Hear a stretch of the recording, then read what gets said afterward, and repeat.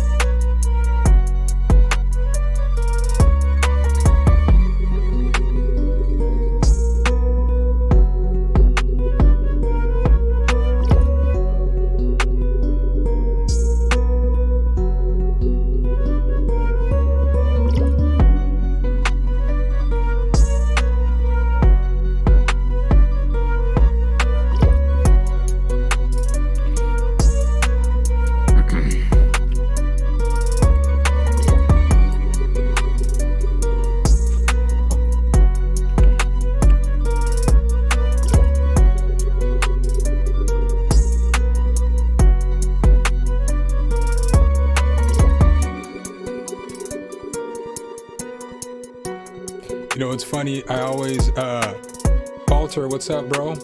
I always play old beats when I start off the stream, and it's like, I'll be forgetting about these beats. I'll be like, it's always, I always find one that's pretty interesting that I haven't heard in months. I typically play them.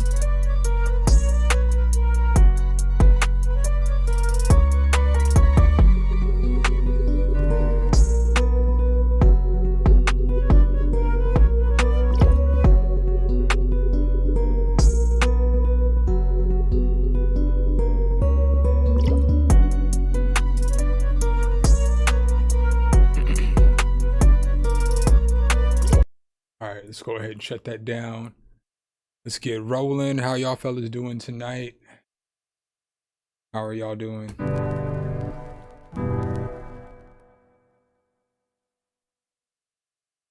I'm gonna cook up with something fire tonight. I'm about to hop into this mellow kit. Nah, I'm about to hop into this lo-fi kit and use his grandma's television.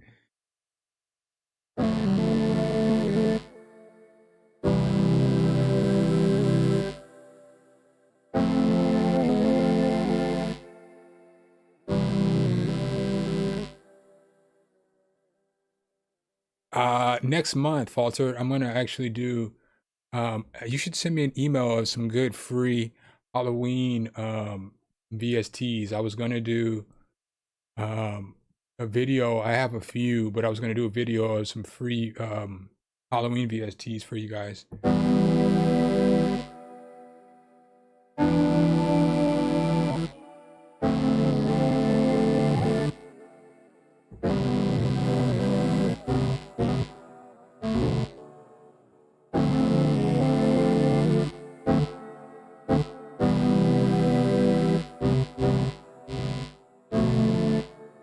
Probably gonna use this though.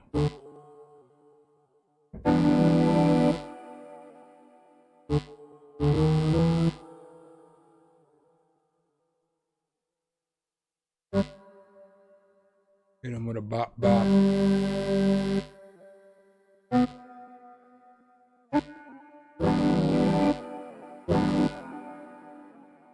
Might want to slow it down a little bit, huh? About 82. Pop, pop.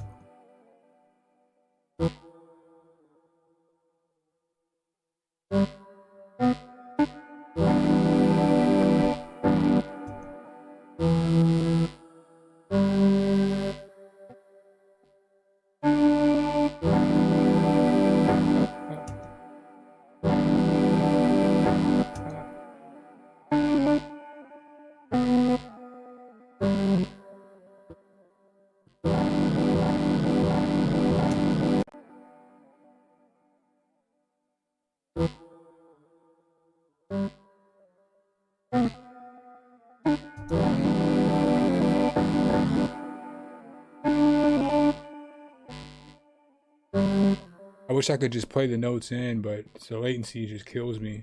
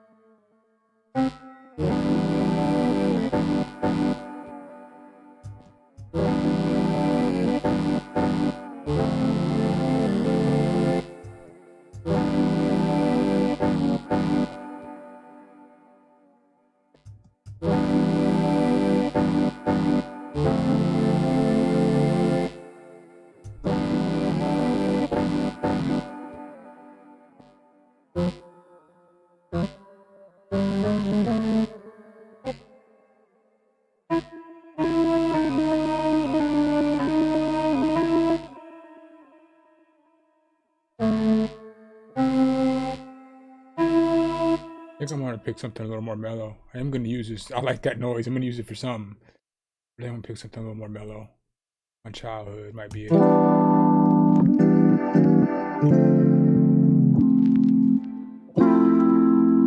Bop bop. Hit him with another bop bop. Bloom bloom. I think that'll work.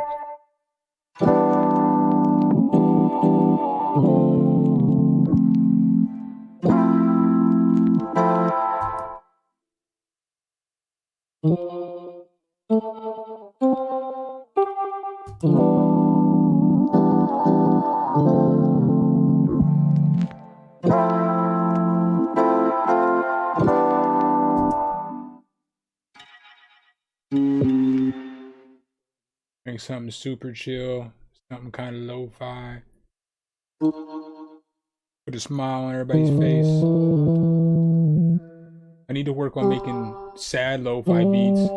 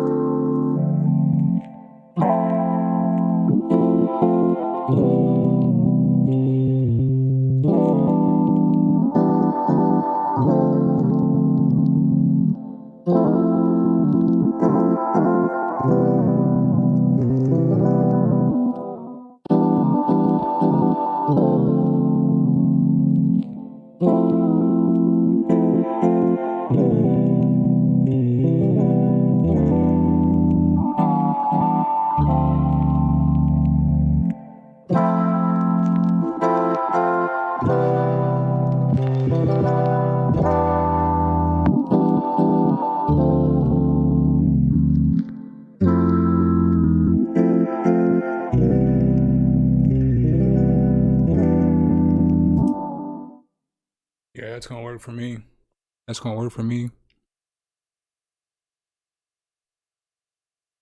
He said change the noise with one from the vinyl one.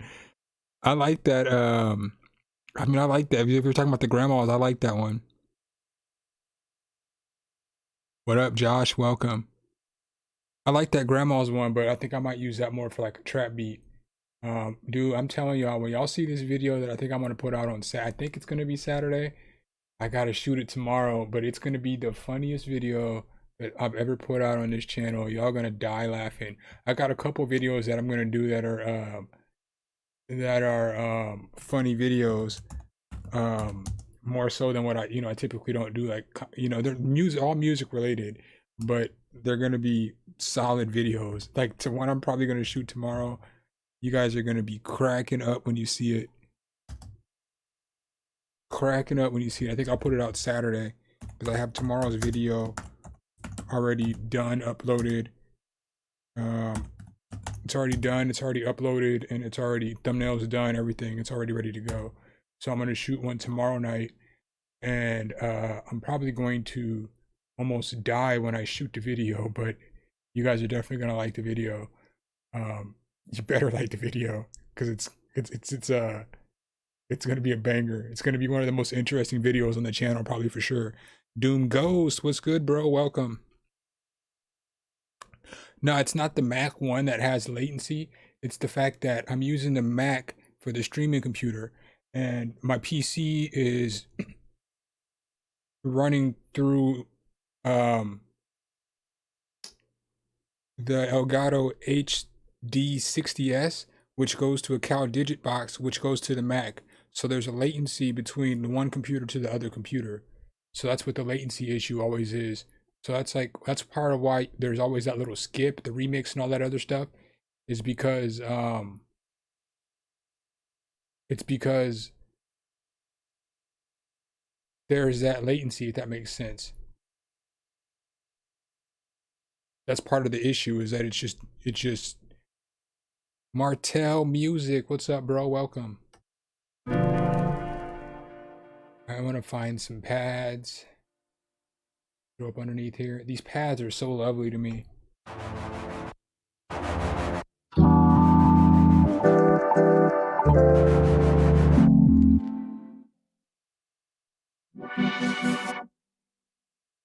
Try these.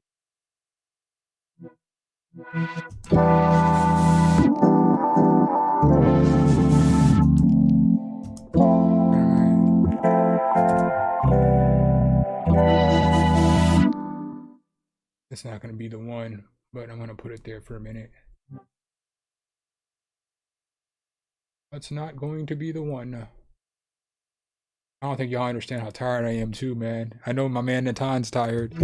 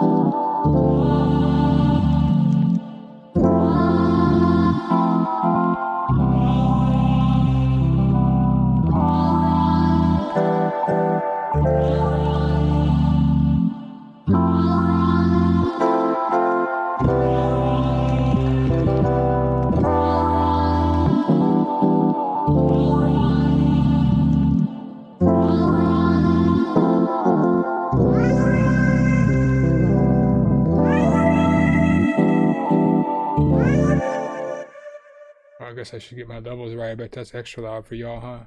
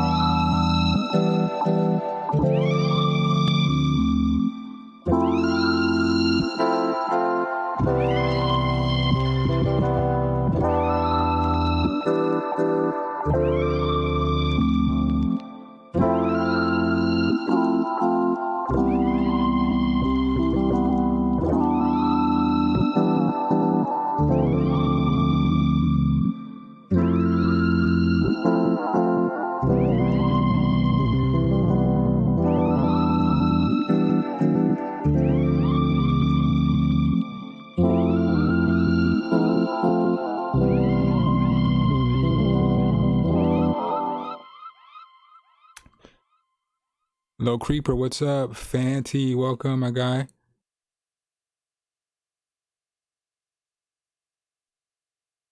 Yeah, man, just send them to me. Send them to my email. I appreciate that.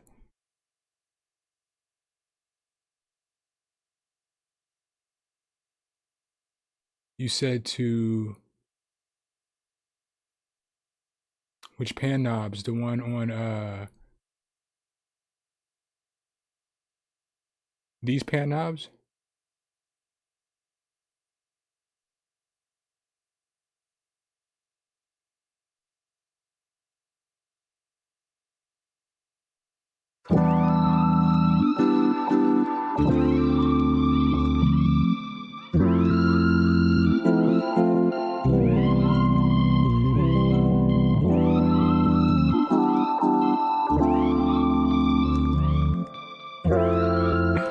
Yo, everybody in the chat, man, say what's up to Natan, man. This is his plugin. He's the one who made this, man. He's like, just add LFO to the panning. Okay, we'll do that. And he gave it that super funky feel. I'm gonna put it on both of them. But yeah, man, Natan made this. It just dropped today. I'm pretty sure a lot of y'all seen the video. This is a fire plugin. This is definitely not an ad, but I would definitely recommend going to get this. It's super fire.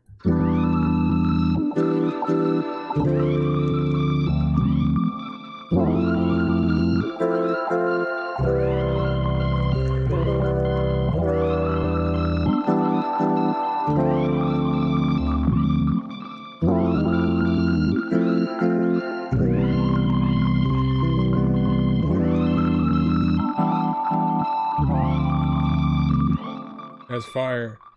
I'm probably not going to. I might actually. Let's see. I might export this though and put LFO on this. This plugin is so fire though, y'all. I don't think y'all don't even understand yet. The little video I did only could kind of do this thing justice. Like you don't even really need to get out of the plugin in order to make just fire sounds and just stuff sounds so different. Like I mean, this is definitely probably my favorite plugin of the year. Y'all know how much I use Pigments. Like y'all be in here, y'all know how much I use Pigments. It's going for $29.50. Um, it's going for $29.50. But if you already have the first tape piano, you can upgrade for $15, and you get all this. And then it also has. I don't know if y'all saw the video, but it has all the presets from Tape Piano 1, 2 as well. So dude, this is just fire, man. This is just fire.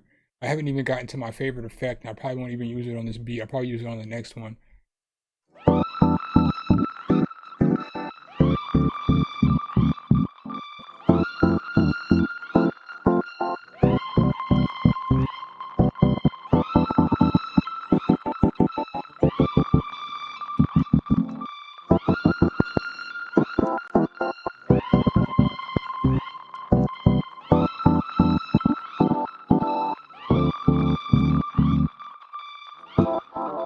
At some point in this beat, I am gonna use this though. I think when I drop the first verse, I'm probably gonna have the verse come in like. I'm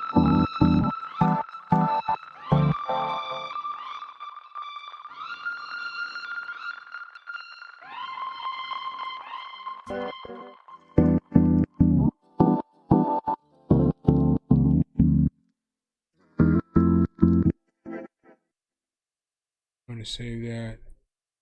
I'm gonna turn this off for now. I'm gonna go find. Y'all know I love me some horns with my lo-fi. I'm gonna go find a horn real quick. Um.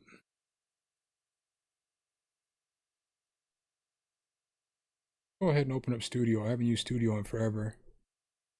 Yeah, that gate is so fire, man. It is so fire.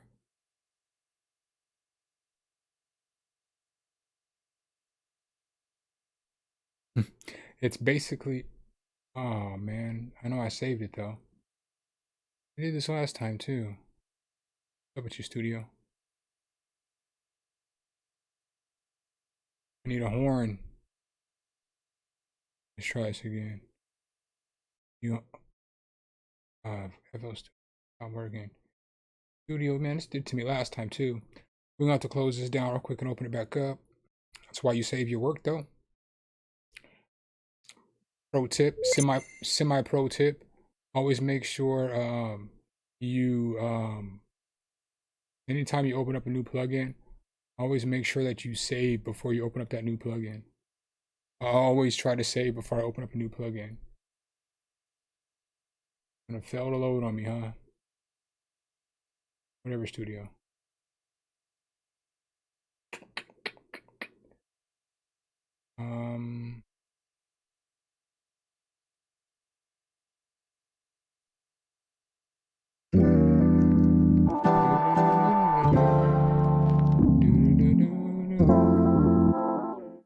What is using in there since it's a tape piano? I'll find something bellish and throw it up in here. We'll make it a tape piano night. Y'all know how I am too. If you've been up in here in these streams before, you know I'll run with the plugin all night long, make new stuff. Let's find something that's bellish. Shrink you. This right here is my favorite feature though. This thing right here. Because you can, it's like a scratch designer and you can like, you can change the way, it's that right there, holding it down again. You know, you can change how you want it to sound. I think that's just dope. I think that's just dope.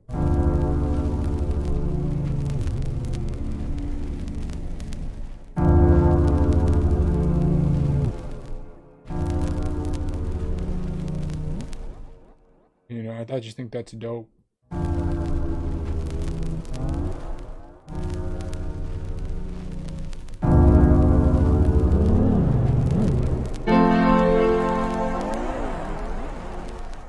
I just think that's dope. That's my favorite. My favorite. I like a lot about this plugin, so I haven't really found anything that I don't like. And I'm not just saying that to cap. This isn't a sales pitch. I'm just giving you guys my honest opinion because you know that's what I'll be trying to do for y'all. But I haven't really found anything that I don't like about the plugin. You know, I like the GUI. I love the sounds. It's the kind of sounds that I prefer. But I love messing with the scratch designer, man. I've messed with this for hours, just messing with it, just making weird sounding stuff, just weird sounding stuff. All right, let's go ahead and find some bells. I don't necessarily use macros inside of FL Studio. Savani, what's good, bro? Welcome.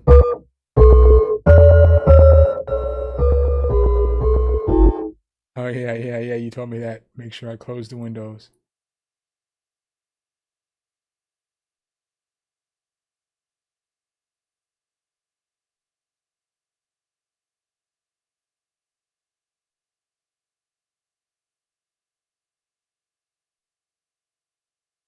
All right.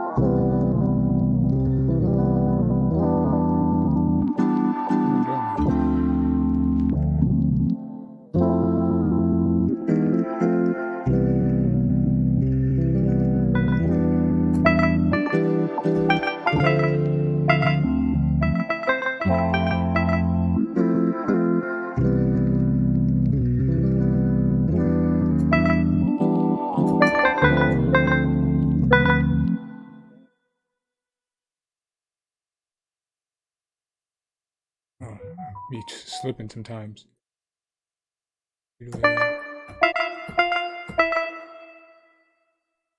Flanger on.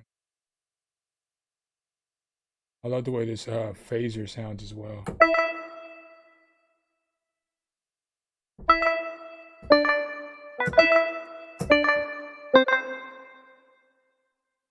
Might use this bell, I might not use this. Bum, bum, bum, bum.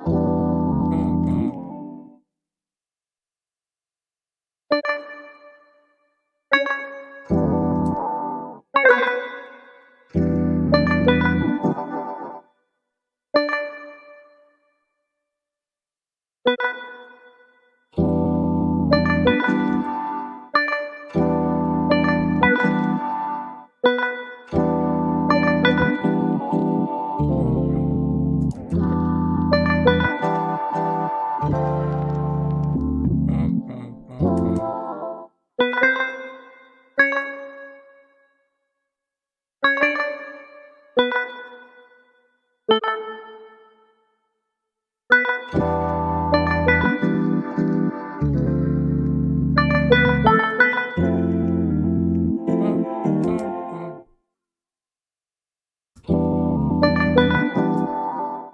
I don't think I'm gonna use that bell.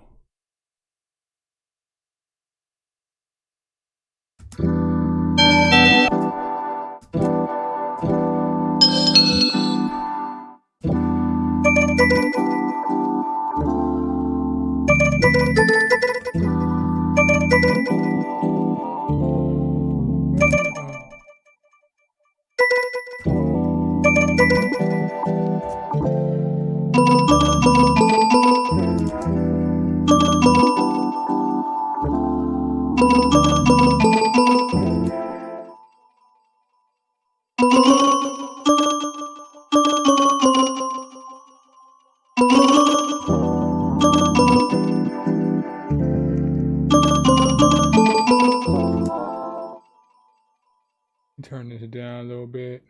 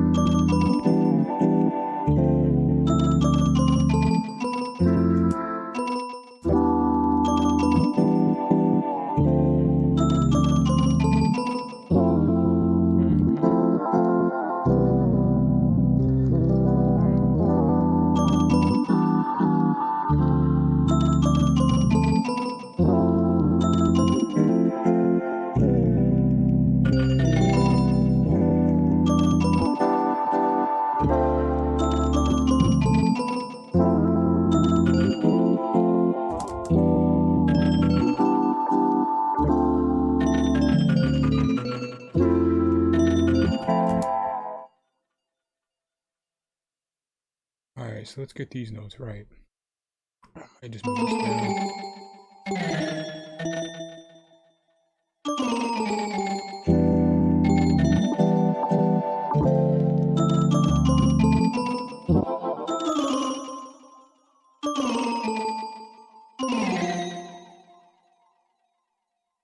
Get over here.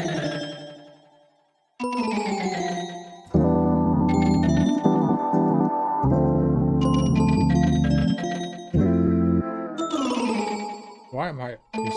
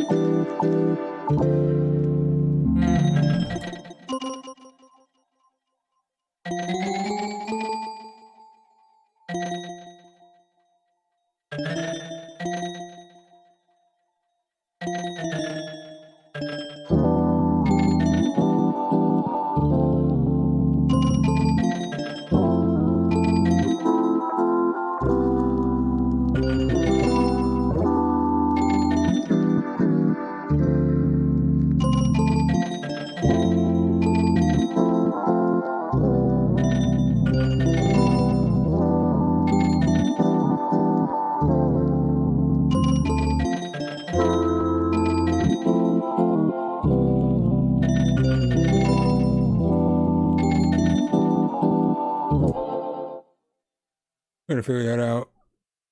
Touch Tone, what's good, bro? I seen you hit me back, but I had just logged on to the into this live stream, so I couldn't message you back. I was gonna hit you after I got done streaming. Welcome, bro. Trying to do something. I kind of want a brass, but the plugin I want to use ain't loading. I feel like I can just put a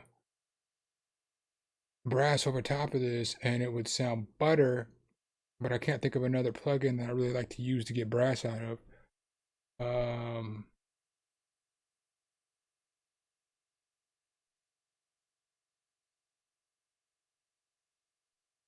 So I want some kind of,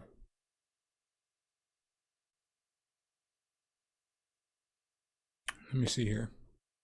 Frankie P. Castle, my dude, man, where have you been, dog? We miss you in the Discord. I'm gonna need you to come join the family again.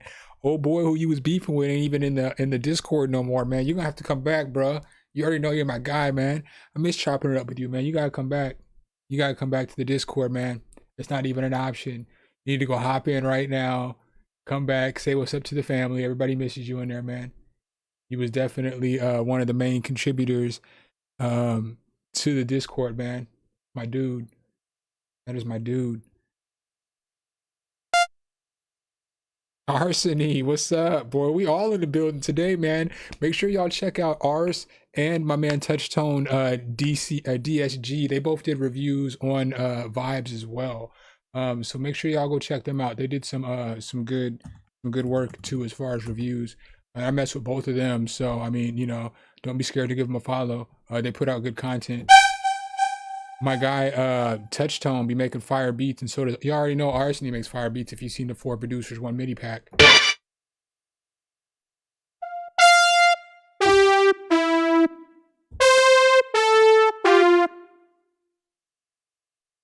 don't know if I want to go with this right there. I just want some kind of simple brass. And so we're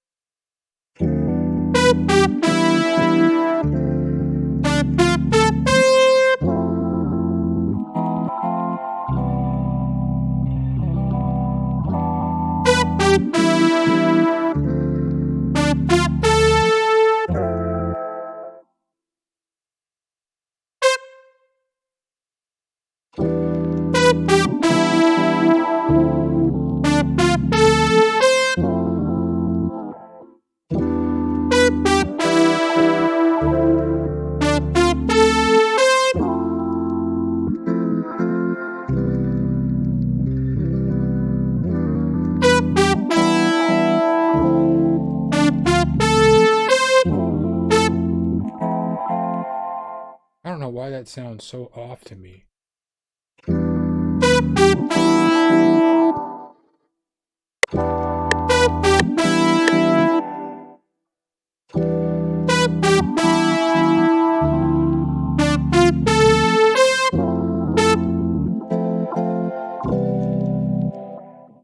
Might have to get rid of. I'm gonna copy this.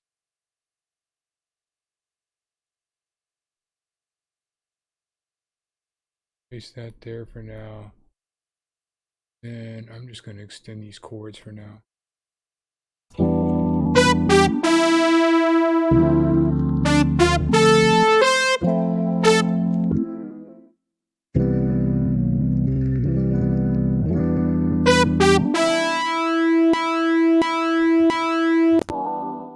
Silencio.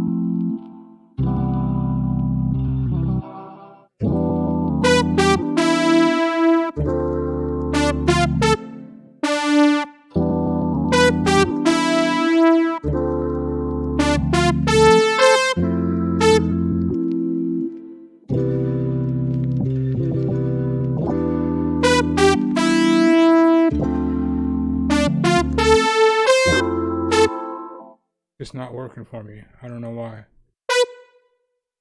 It shouldn't be this hard. Like, this should be the easiest part right here.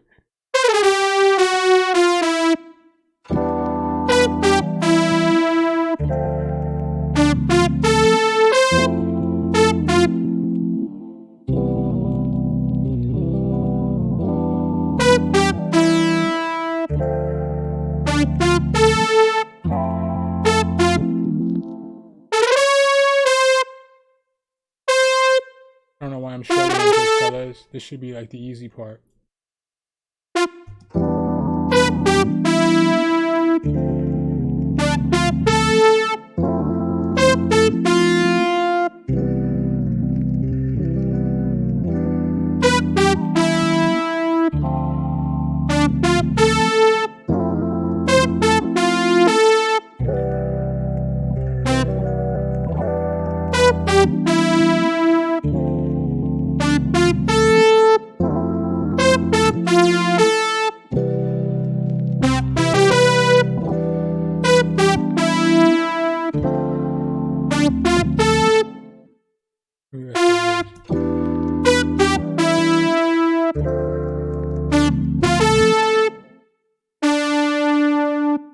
Maybe that's what I'm just slacking on. I don't know why I'm struggling right now. The struggle is real though, fellas. The struggle is real.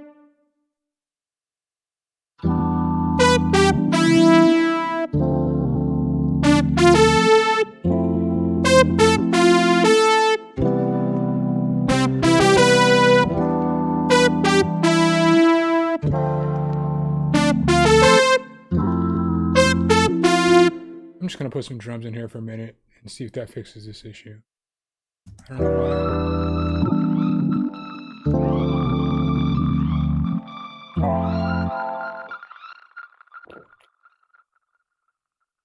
It's my childhood, but it's just, maybe it's just that delay has got me thrown off a little bit. I don't know, but we got to figure it out because I want to use that sound. I like the way that it sounds, and I like this little screaming thing in here too.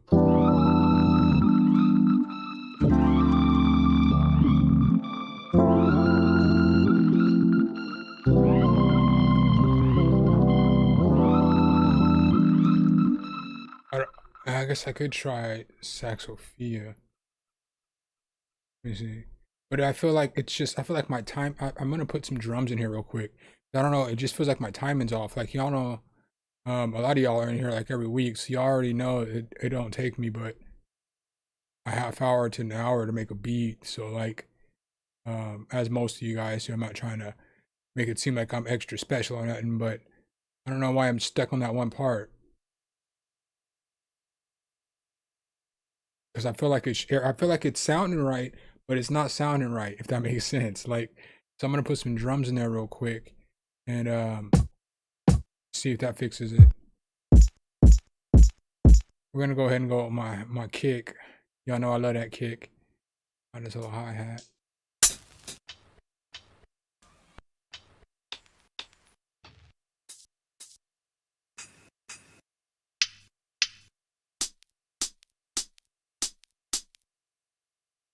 run with this. Let's go ahead and find a little snare there.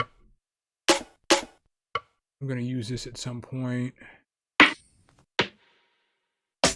Somebody always tells me to use this snare, and I always mean to, and then I always forget to. So I'm going to make sure I use it today.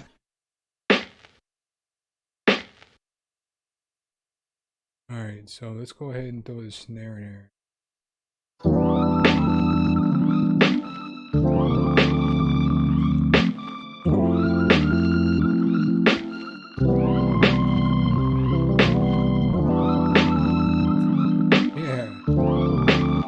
So that's fine. It should be, I don't know why, man. Maybe it's just me, or maybe it's that preset. I don't know. But it sounded like everything sounds like it should be like right in time.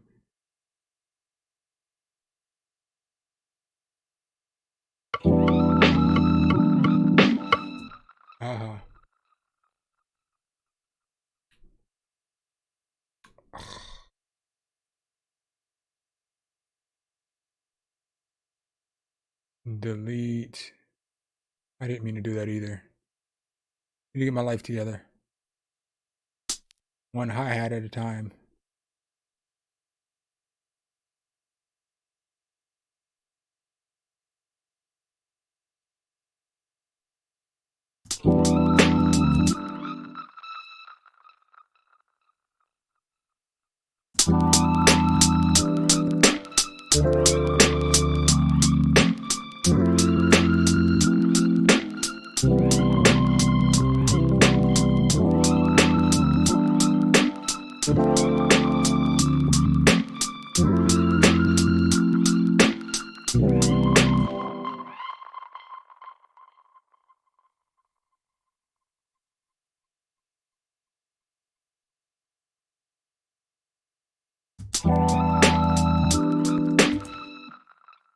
Maybe that preset has a little bit of delay at the beginning.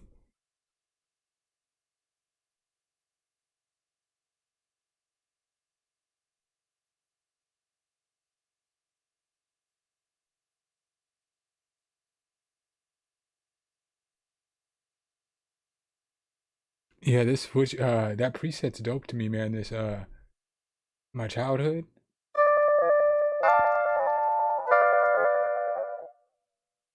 I think it's fire. And then this right here, this is fire because it's a choir, but I put delay and sent the delay, panned them to different LFOs. Then I put a filter on it, and it came out like this.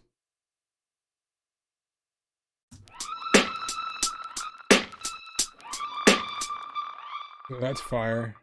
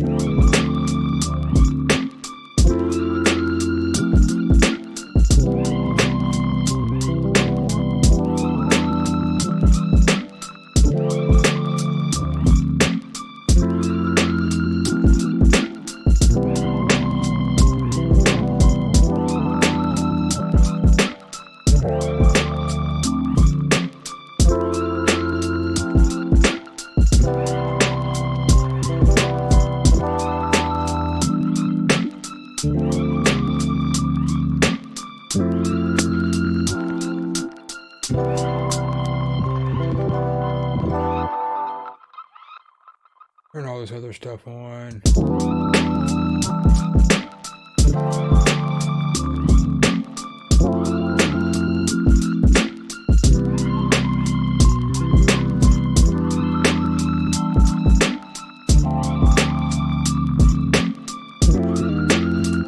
Michelle Arseny, man. Skydra, what's up, bro? Welcome. Yeah, man, that kick is my favorite. My favorite. Yo. Before I continue forward, Frankie, you coming back to the Discord, man? I'm gonna need you to come back to the Discord, bro. I'm gonna need that to happen ASAP. And if you ever get frustrated, like with like the situation like last time, because that kid was, I don't want to say he's a troll, because I'm not here to call anybody out of their name, but he was arguing with you about, oh, he'd never made beats and stuff. And then one of the mods brought it to my attention, produced by Hi-Hat, was like, this dude said he had made his first beat, but then he sent a beat that some message that he was like, oh, I just remade all my old beats. So it's like, how are you arguing with somebody about, oh, you're new and this is your first beat, but then you remade all your old beat? I don't know. But if you ever have an issue, man, just let me know. You know you're my dude, man. You know I mess with you. Pause. I shouldn't have to say that, but you already know. You're good peoples with me. All right, so let's copy this kick. Paste it. Let's find this little 808 pattern. I do got some more good news for y'all too. I can't tell y'all yet, but I got some more pretty fire news. You'll find out here in a couple of weeks, probably maybe end of the month or something. But I definitely got some fire announcement I'm gonna make. I think you guys are gonna like it. I think you guys will like it a lot. And then it's going to be like a continued thing as well. I think I'm going to also do like, you guys don't have to. I'm never going to force anybody to become a member. But I think I'm going to do the YouTube membership thing where they have different tiers from $5 to $10 to $20, and then do like separate lives for members. So maybe do like one-on-one lives with like, or maybe like, I don't know, something. Something. But I'm gonna do giveaway sounds for like the introductory price. So for like the $5 price, I probably give away some sounds or some samples every month. For the $10 price, you'll get every time I drop a drum kit, you'll get that for free, and obviously you'll get more videos and content and stuff like that. Or maybe I'll let you guys pick the content I start creating, or I don't know. But I'm probably gonna start doing something with that levels of membership. So if you guys want to join, you're more than welcome to. If you don't want to, we still got regular old content, and we'll still be here with the live streams.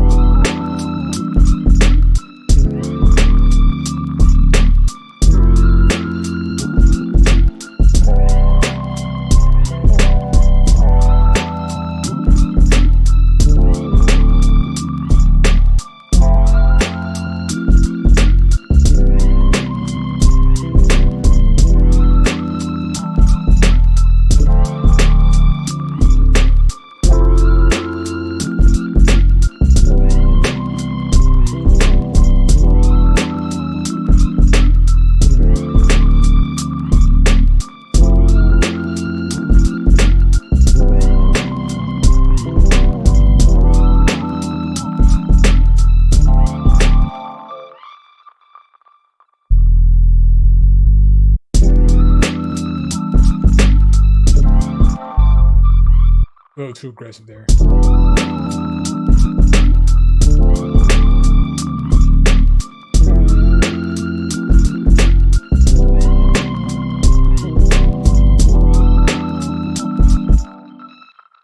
Run with that. Bet. It's still a little I don't know if I'm married to that sub though. What y'all think? Y'all like that sub? Which one is this? The Boxer. Let's see what else we got.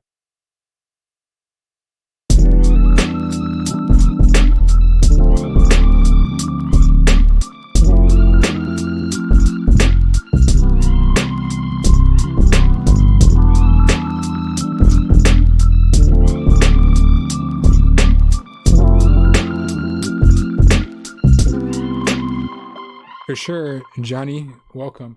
I gotta watch my man Touch Tones here when I get done streaming, and I'm gonna watch Sweetscapes too as well.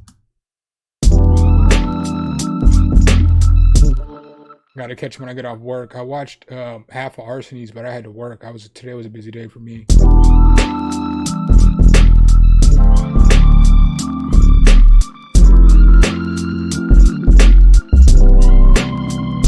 Because I spent half the day focusing on making sure I was ready for the dropping of this, and then I got my video for tomorrow already ready to go. So it's been a busy day for me. Then I had to work all day, so I got right off work right into the live stream.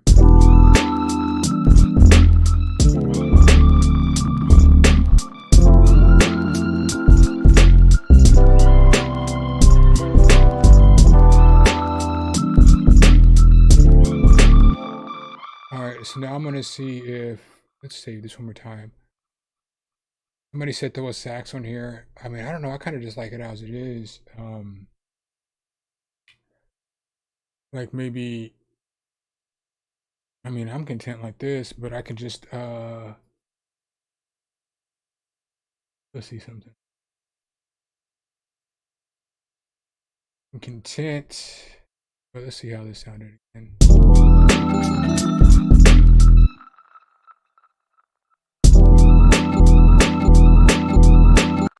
Remix, baby.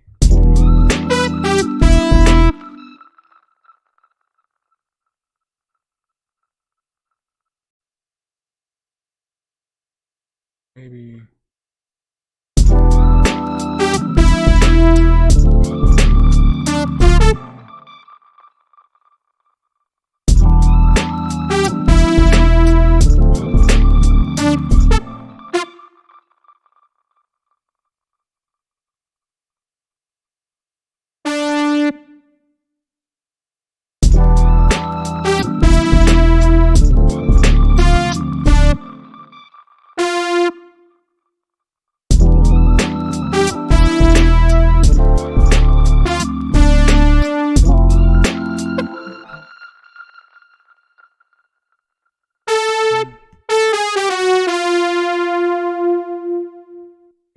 Sweet spot.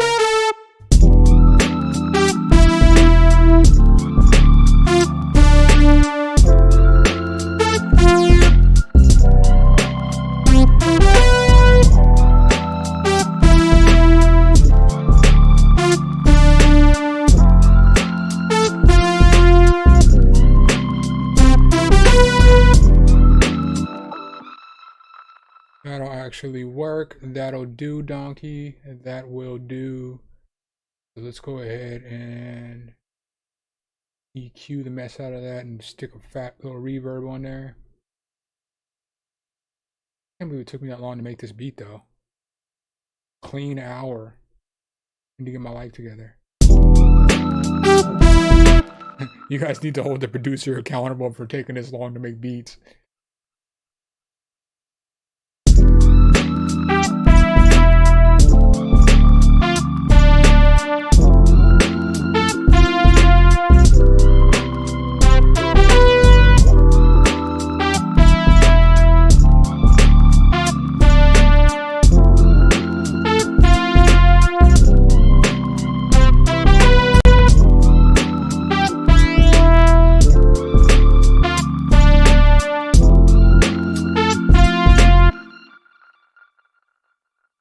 Wow, see.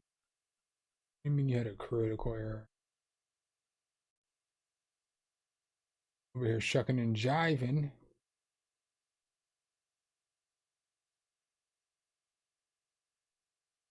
Jeez.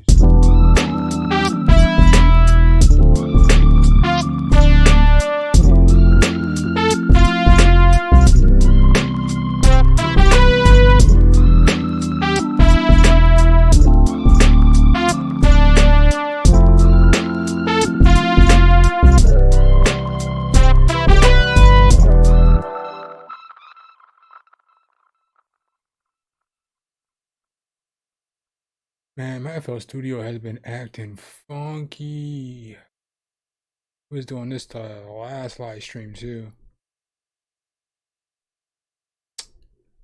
Exceeds. I can't wait to just only be using my Mac, because this computer be making me so mad sometimes. Yeah, I know you closed. You told me already.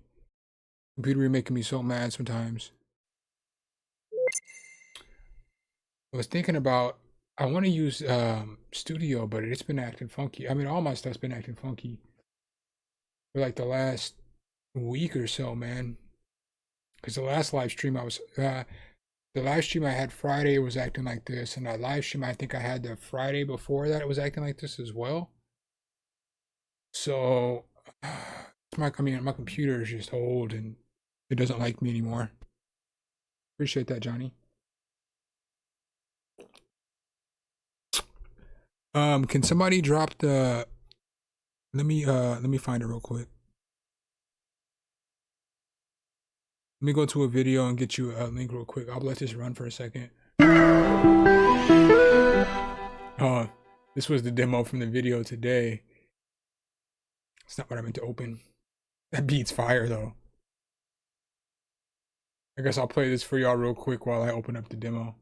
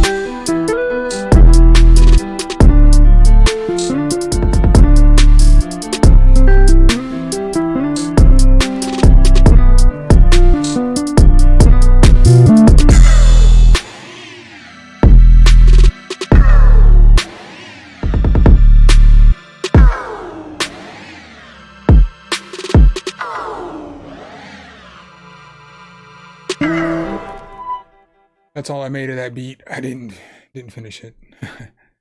All I get, it's a copy and a paste. That beat was fire to me. There's a Discord. Right here, grab that for you.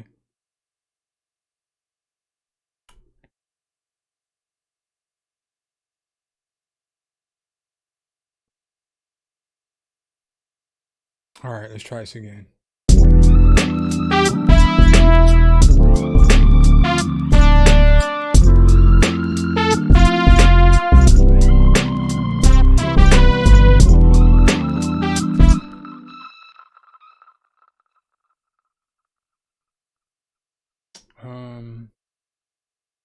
We get a reverb.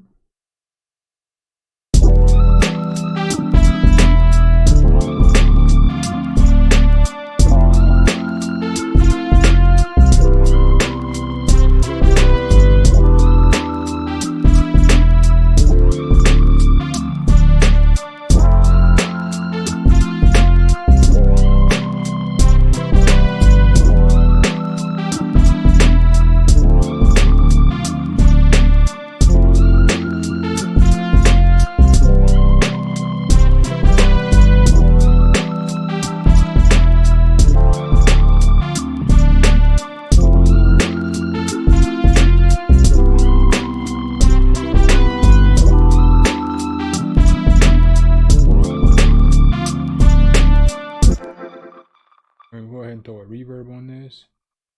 I think I'm going to throw, I might throw a lo-fi playtime on that as well.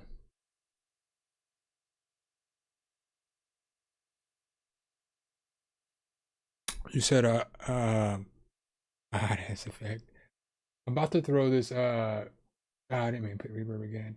I think I might try to throw some lo-fi playtime on it just to make it sound all gnarly and one of my favorite effects. Oh, some hiss on it. I got you. What am I doing here? I'm telling you, I'm tired. I'm not even just saying it to say. I think I slept for 2 hours last night. 2 hours.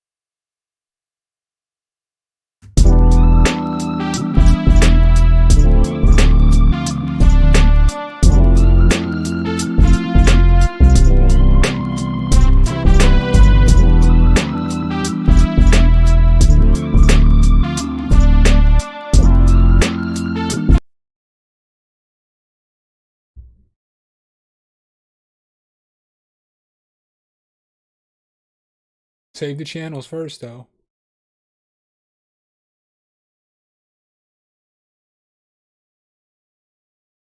Let's try this again. I feel like my computer doesn't love me today. What do y'all think? Y'all think my computer loves me, or you think my computer hates me?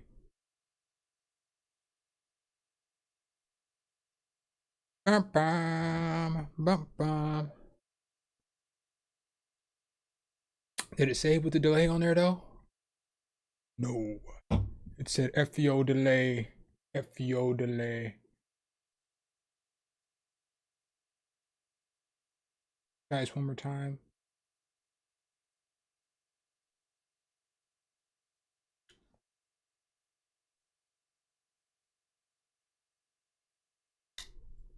Do do do do. Thank you.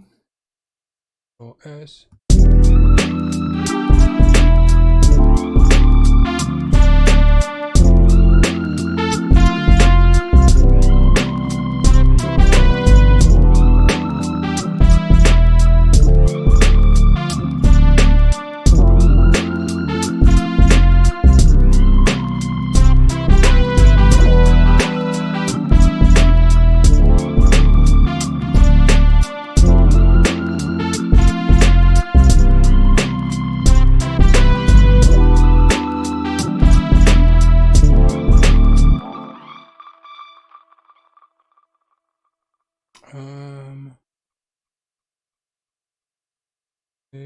Let's go ahead and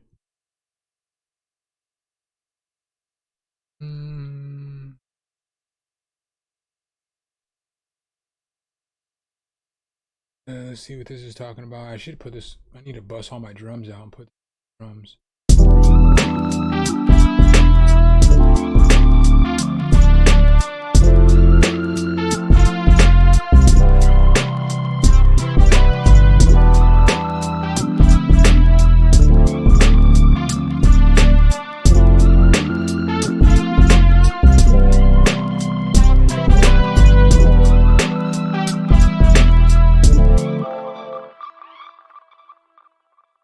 I'm just gonna add, because I'm over here slacking.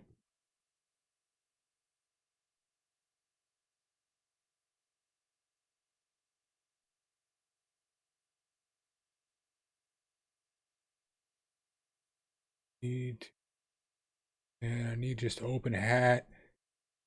Then after I find an open hat, I think I'll be good, because I think I'm gonna throw some shaper box on the master track and then just use that for my switch up and stuff. You know? You dig? You dig?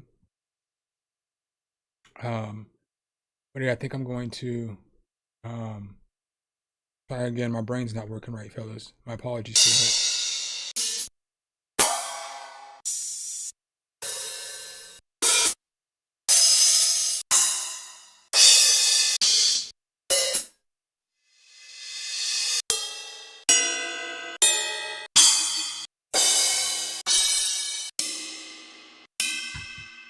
It's like I hate all these symbols. I love all these symbols, but I hate all these symbols because none of them are the right length. And yeah, I can cut them, but I like the tail. Like this one's just slightly short, too short, barely too short.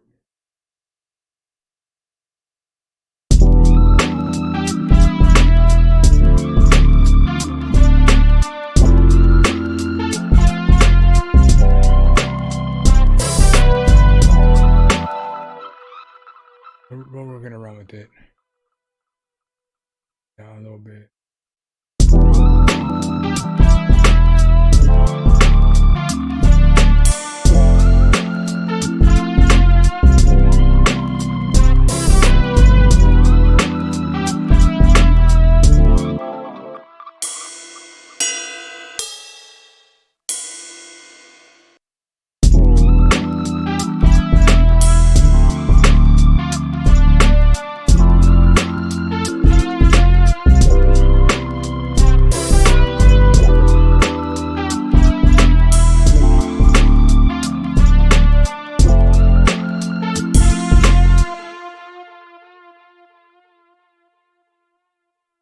That'll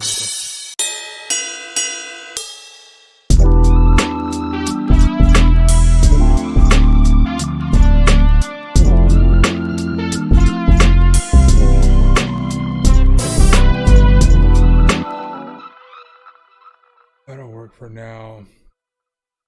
Let me go ahead and figure out what I'm gonna do as far as for like a switch up. Just start the beat in for like a chorus effect.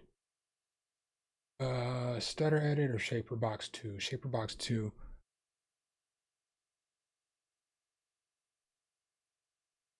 See what y'all got in here for me. What y'all got in here for me.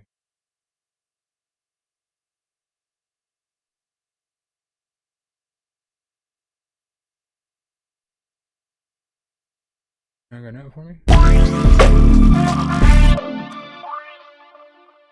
Bro, I was not ready for that. Go ahead and throw a soft clipper on this so it doesn't blow anybody's speakers.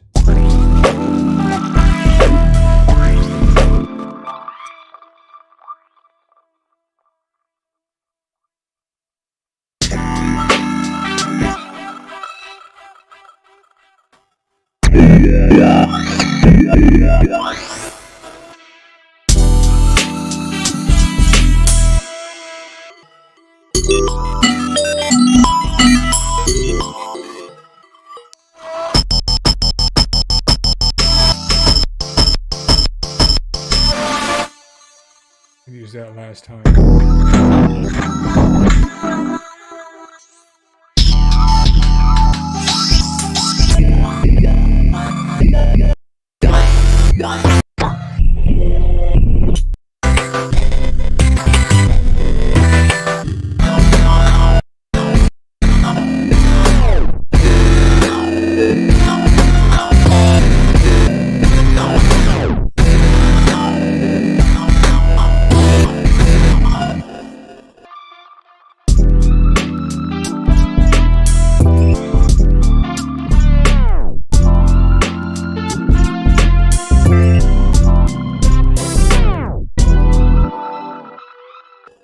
Let's go ahead and run with that, bro. Let's see what we can do with this.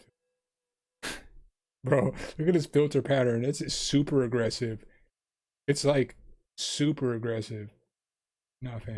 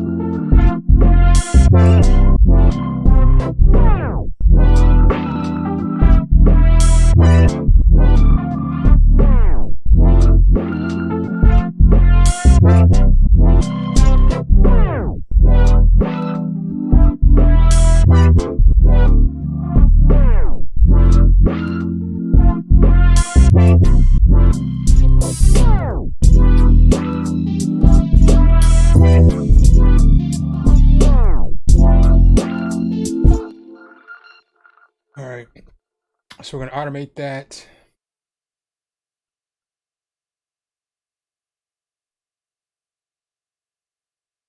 All right, now let's start building this beat real quick. real quick. Put my channel.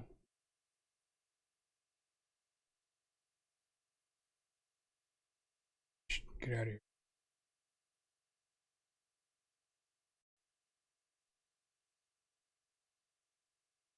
I hate when it does that. Control S. Let me make sure I save this real quick.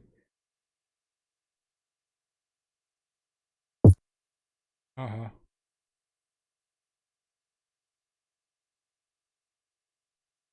Get out of here.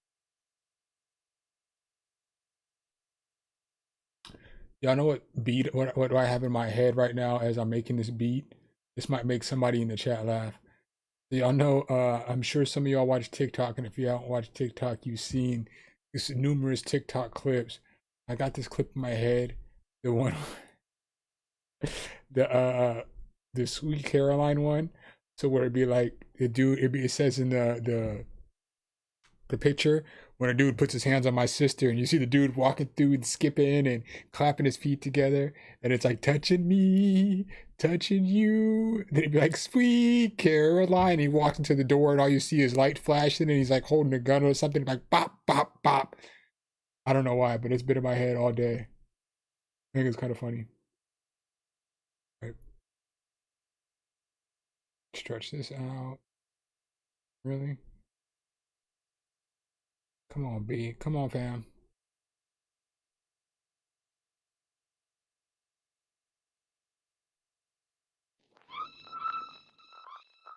All right. So now what we're going to do to start this off, maybe we'll just do the verse first.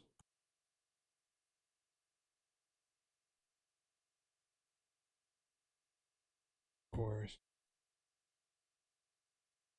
Get rid of all of this. Don't need you. I'll have it up in.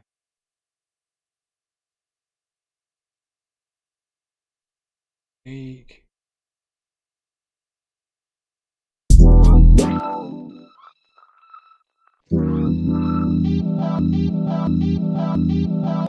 Remix, baby. It was like eat art, just like the song.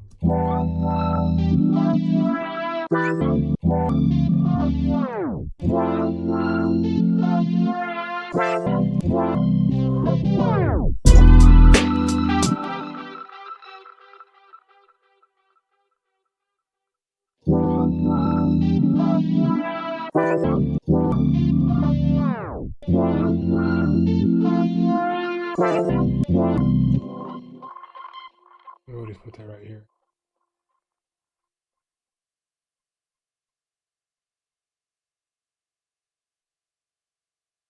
That doesn't work. We're going to start off the verse with it.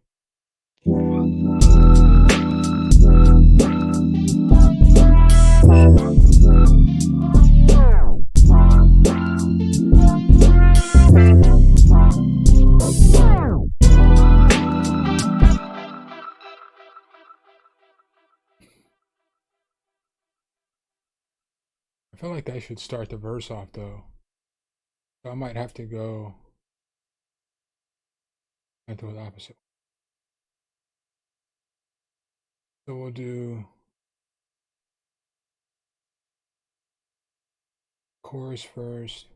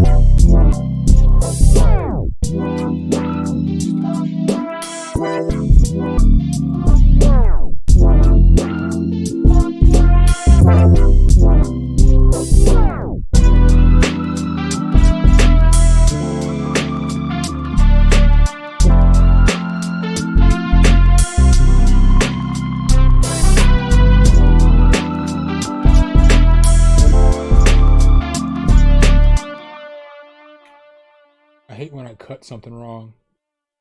Boom, boom, boom. This, this out of here, this out of here, this out of here,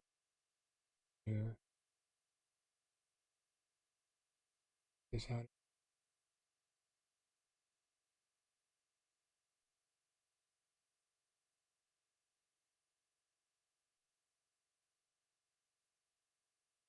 Put it off like that. And that means we'll have the horns. Horns come in first.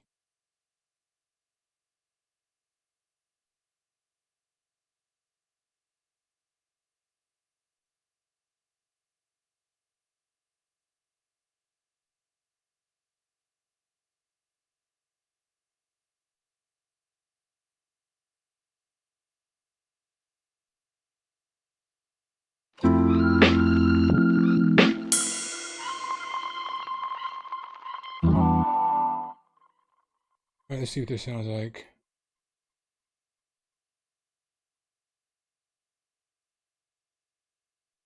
It feels weird having drums coming at the beginning. If you guys ever watch these live streams, you know I never have drums coming at the beginning. Good night, Natan, man. Appreciate you. Yeah, this plugin is insane. Did you grab it, LL Beats, or nah?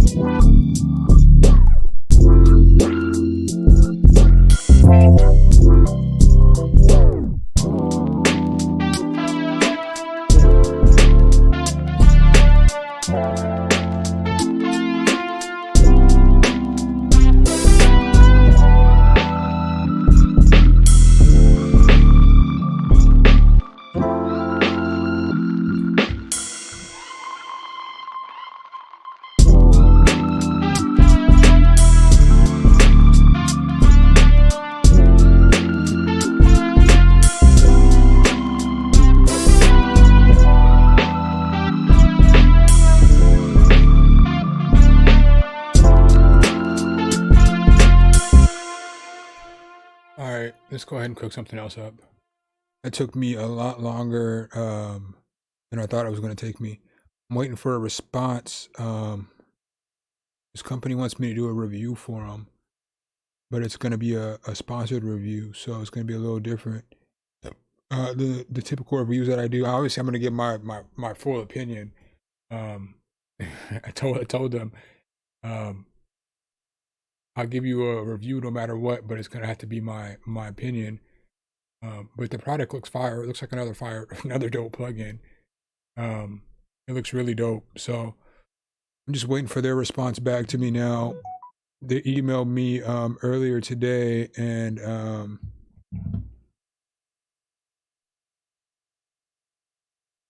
emailed me earlier today. I'm gonna get back to that. That kind of. But they haven't I didn't email them until I got off work, so but it's fire, man. It's fire. The plugin I'm doing tomorrow. I appreciate that, man. You know what's funny is that it's always, you know how it goes, man. Whenever you're working on something, it's like, this isn't as dope as it should be. And then I hope I saved that. I don't know what's going on. Now I have to go back and see if I saved it. I guess it did save. We're gonna make sure though.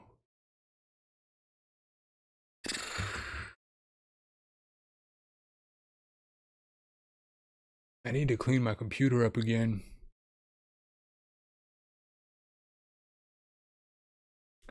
Make sure that's saved. If it didn't, I'm gonna go ahead and but yeah, yeah, it's saved. It should have. Like I was saying, when you're making something, sometimes it just doesn't sound fire until you get all the pieces together. And then once you get that last piece together, it's like, ah, you came out all right. You know what I'm saying? Like that's how I feel about this one. Like when I couldn't when I couldn't get down the little counter melody, I was just like, how can I not get down a simple counter melody? Um, but it all came together. It all came together. I'm gonna probably gonna make something a little. I'm not gonna make something lo-fi this. I'm gonna do something where I mess with.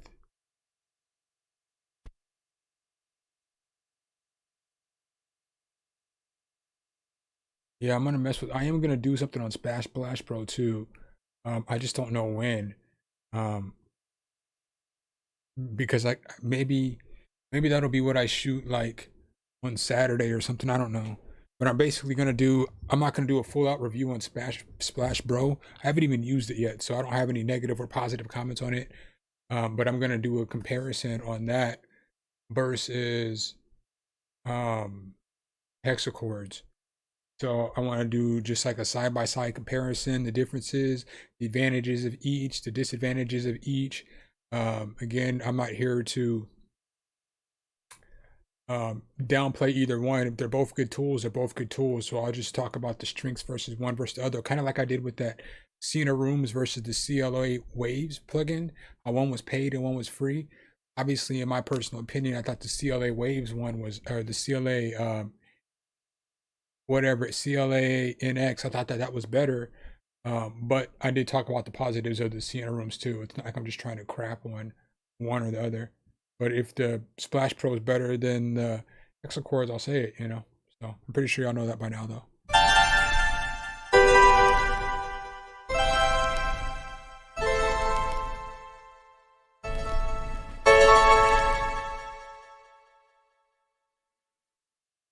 We're gonna make something kind of dark.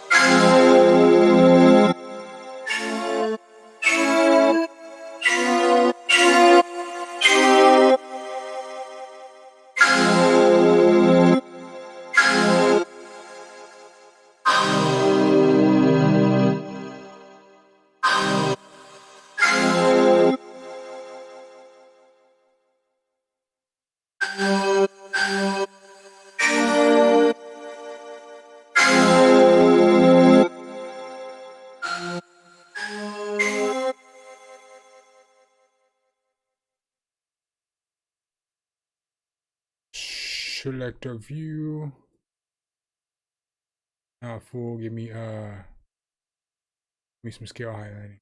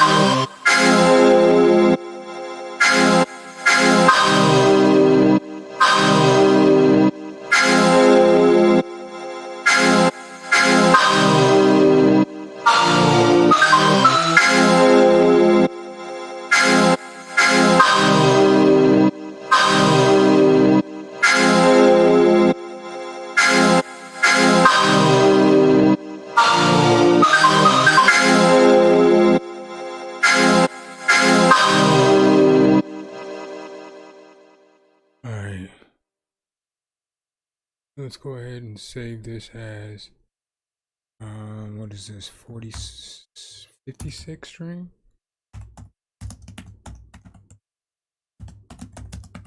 Bait 2, see? All right, so now I want to find some like, actually no, let me take some of that high frequency out of here.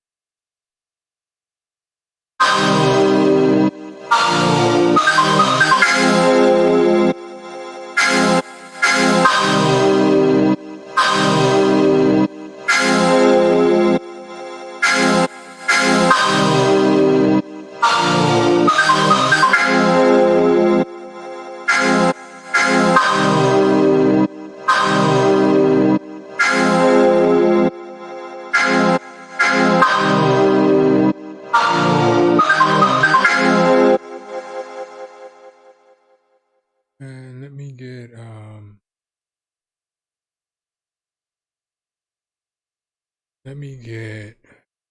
there is this tape piano one. This time I'm gonna mess with some of the different sounds though.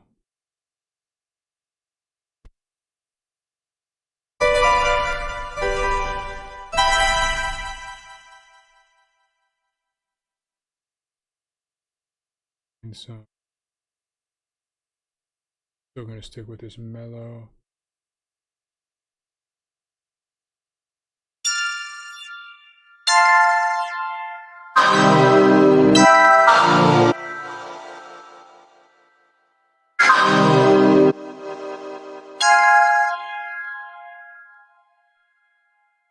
Pop that.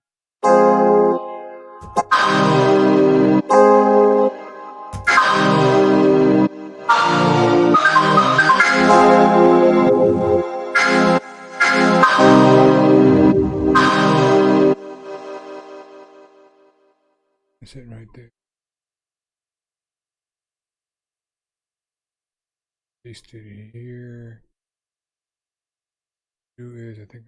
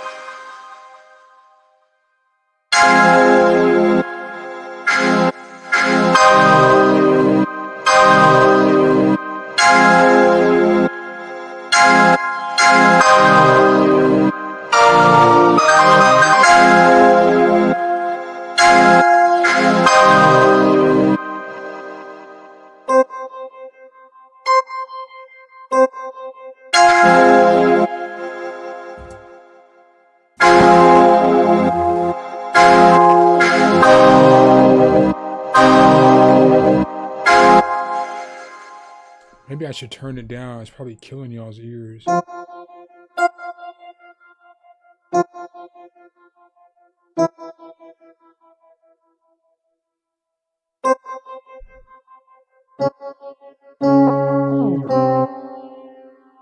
little reverse noise is so dope to me.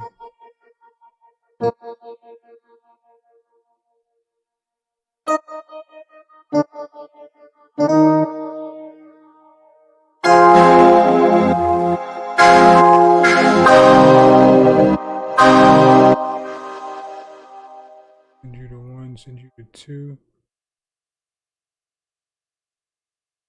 Mute you. Remix, baby. I don't know what time it is.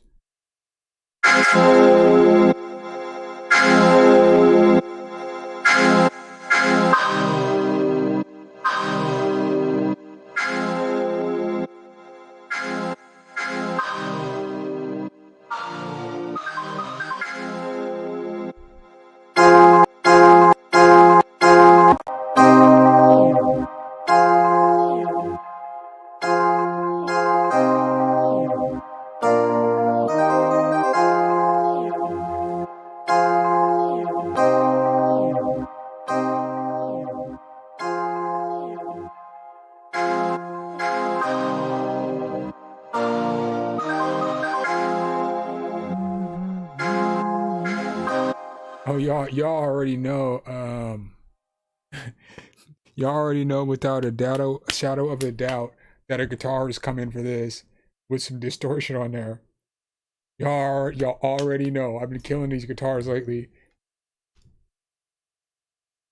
You already know. These guitars have been my.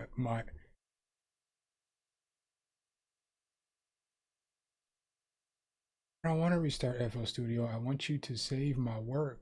Issue.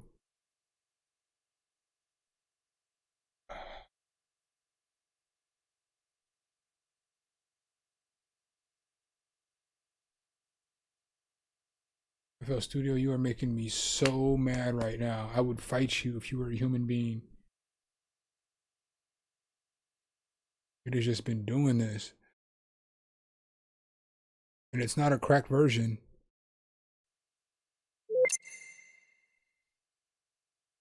You bish you.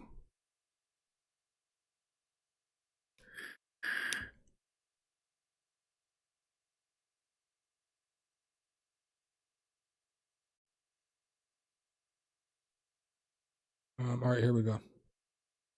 Up, open the wrong beat. Uh-huh. Uh-huh. Let's try this again.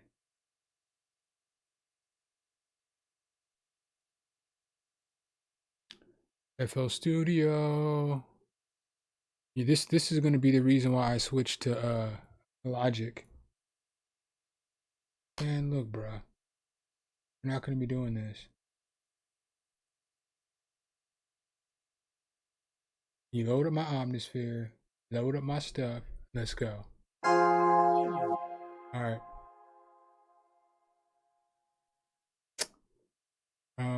Guitars. I'm just gonna come right out and grab this guitar, but I'm probably gonna try to switch it up this time because I've been killing this guitar right here.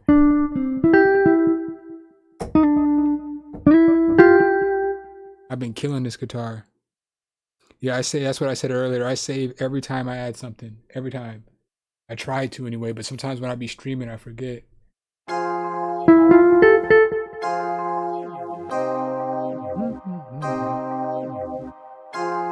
Blum, blum, blum, blum.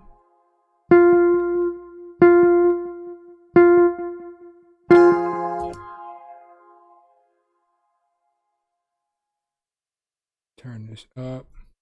Boom, boom, boom, boom.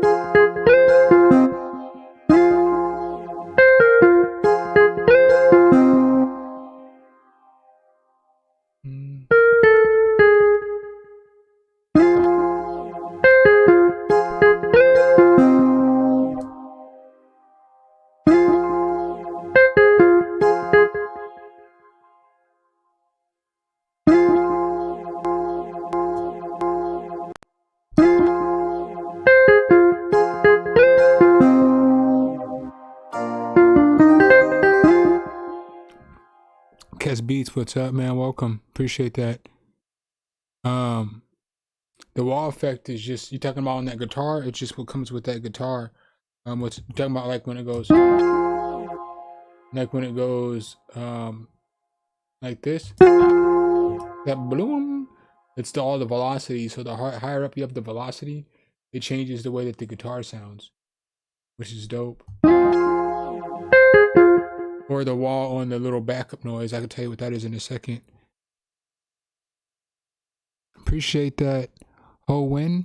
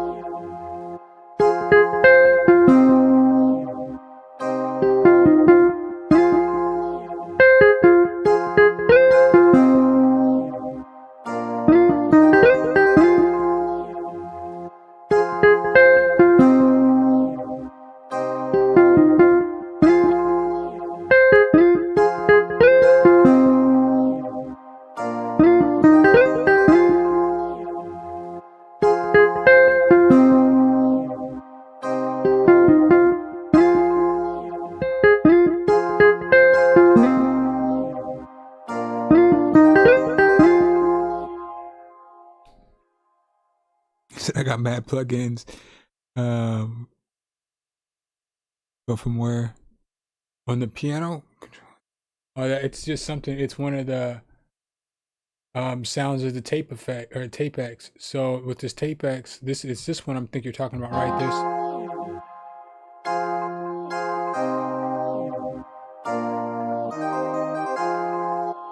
So it's just the effects that he has on here. So it's the way that it sounds. I wonder what macros he has on here. It's just what he has sent to the envelope, but it's just that's just the bass sound of this piano. So when I push this piano down, that's just how it sounds.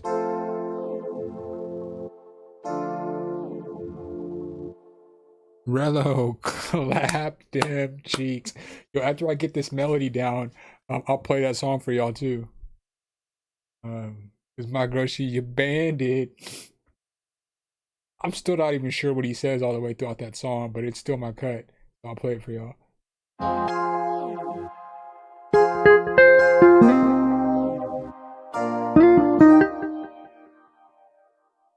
Save this.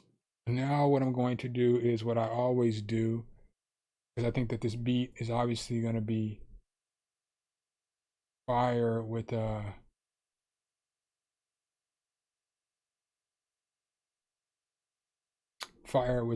being an electric guitar instead of a regular guitar.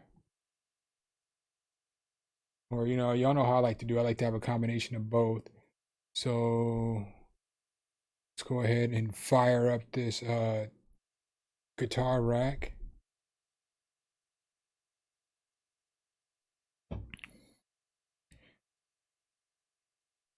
For the tape X, I mean, I'll be 100 transparent, which y'all know, because I did a review on it. So, but everything I said in that review is my honest to God opinion. And if you've been watching this live stream all night, or you probably just get in here, you'll know that I'm not fronting, man. I just made a little lo-fi beat with it, and now I'm making this beat with it. It's a really fire plugin. I did pay for Omnisphere, and I did pay for this GTR rack. But like everything that, like whenever I give you all a review or something, everything that I say I really mean.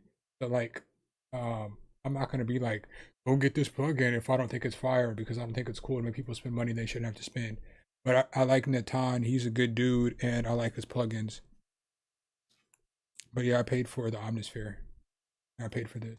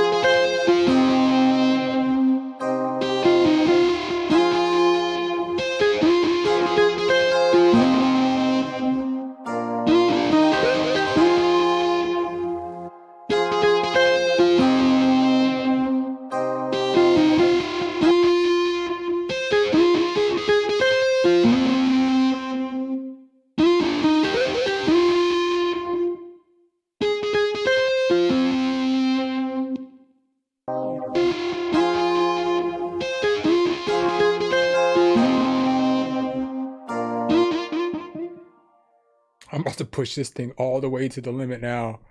I hope y'all ready for this. It's probably gonna crash again.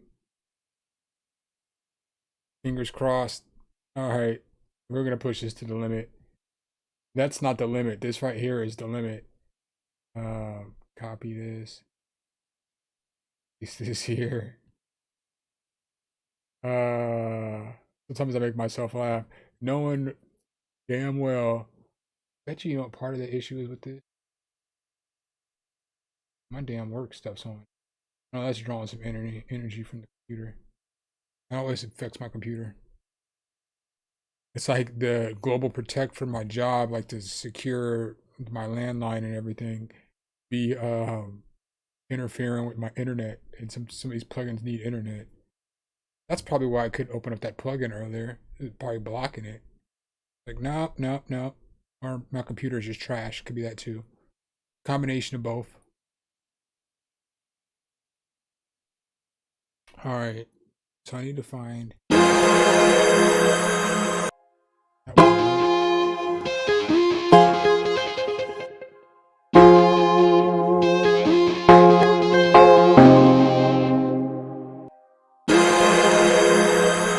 Hey, I went back for seconds knowing I didn't like that.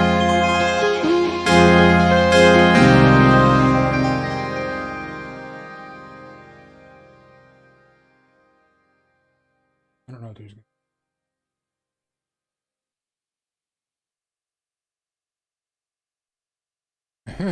They said, nah, fam. Not on my watch. Not on my watch.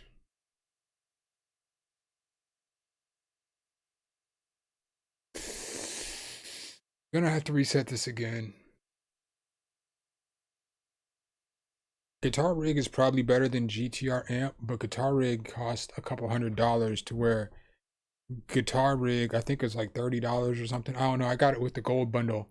So it comes free with the gold bundle for Waves.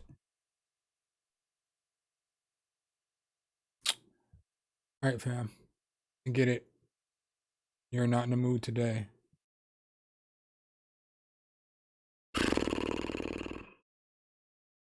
Let's try this again, fellas.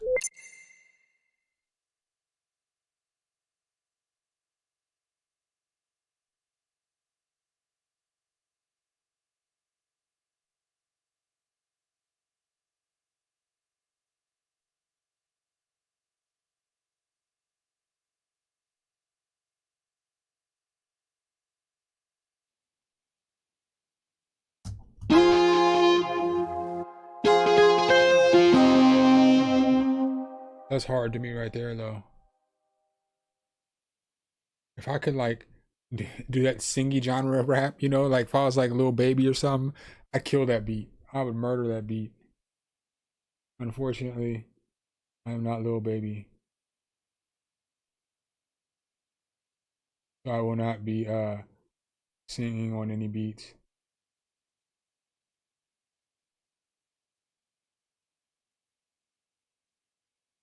You get a good random.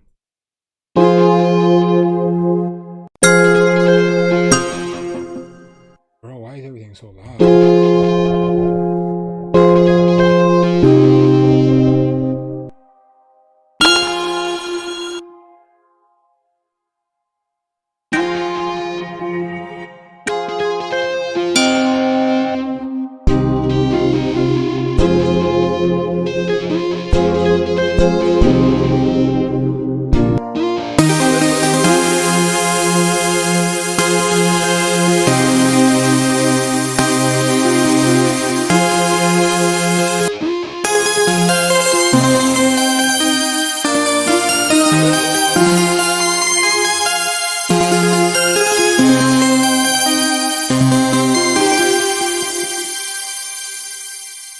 If I find the right sound, that's gonna be perfect.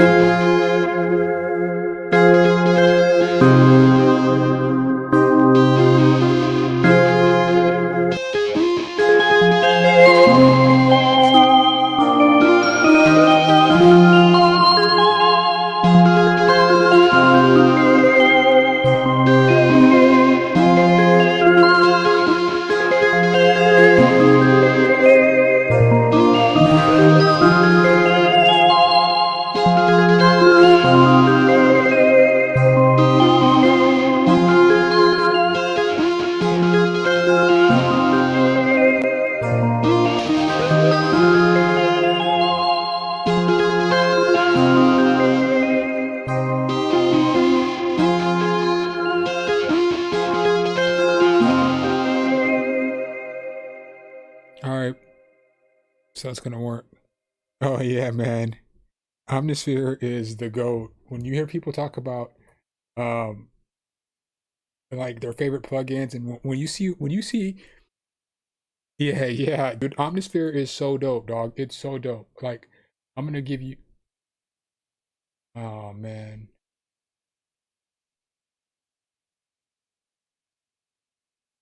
Oh, I guess I pushed the wrong button.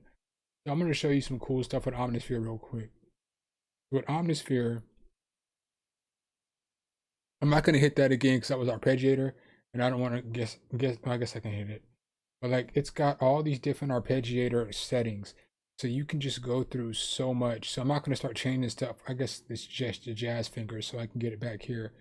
But you get all these different options and how you want the arpeggiator to go. This is my favorite part of Omnisphere is the arpeggiator.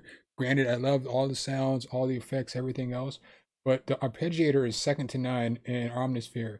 And there's all these presets for your arpeggiator, and then you can mess with it and make it sound so different. The speed, the lift, the swing. You can change the size of the steps, the octave.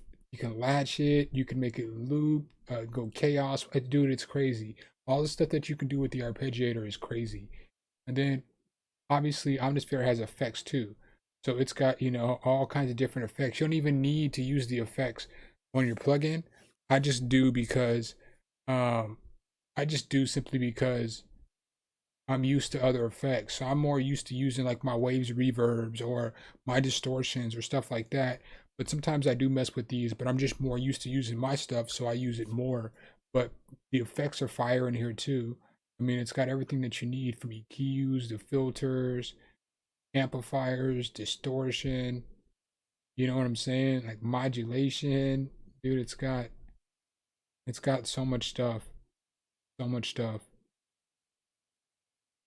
And it's got an imager too. But it's got a ton of different sounds, stuff that nobody really messes with. Is like you can change the pattern of all your sounds. I mean, it's just got so much. You can guess your cutoff, your low pass, your high pass here, glide. You can mess with your waveforms. It's got different oscillators. So as you see, it's got 4 different oscillators. Dude, it's so fire. You can mess with the shape in each oscillator. Dude, this is the dopest synth. It's by far the GOAT. Whenever anybody says that Omnisphere is not the GOAT, they only say it because A, they're trying to be cool, you know what I'm saying, or popular, or like they're trying to go against the grain. This is by far the dopest plugin out for like producers like us, like there's other plugins out. There's other plugins out to where uh your average person can't get their hand on. So believe it or not, there are plugins that like only certain people in the music industry and stuff like that can get. They don't share their sounds. But like the average Joe Schmo, like me and you and everybody else, YouTube producers, that's the dopest plugin. There's other plugins that are good for other stuff though, like orchestra and pianos and stuff like that. But if you had Keyscape, Omnisphere, and Trillion, you're good to go. You're good to go. You might need some other stuff for some, orchestral sounds, but you're good to go. All right. So we're gonna take we're gonna take synths are a hard thing to learn. Like I'm not even gonna sit up here and be like, I'm like an expert at synths. I'm good at the synths that I have. So I'm good at messing with Vital, and I'm good at messing with like certain synths and FL Studio. I mean, I can mess with a synth. I'm good at messing with Orb synth. I can mess with synths, but the thing about synths are they're all a little different. So like you can mess with one synth all day, and it'll still um it'll still sound a little different in a different synth. Like if I was to mess with Vital and I set things up with the exact same settings as I had set up with like Serum, it's still gonna sound a little different. But obviously that's because it's different plugins, different different IO, what I'm saying, different coding.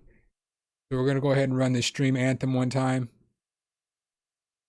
because why not? That's why. I know y'all want it. Can I get a clap them cheeks in the comments?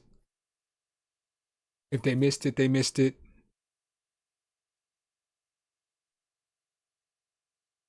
Let's go. The old version. Oh, I lost sound. There we go.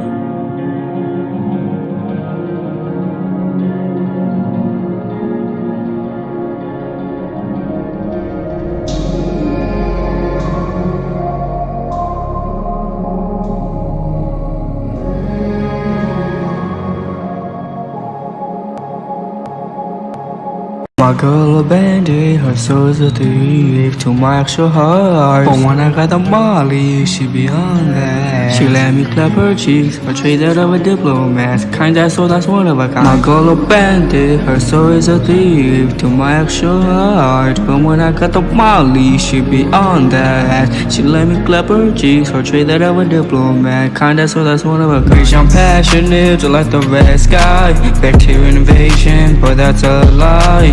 You're my only, I can't deny. I am lonely if you die. Wait a moment, you look fire. Wait a moment, you are cool. Beauty is on you.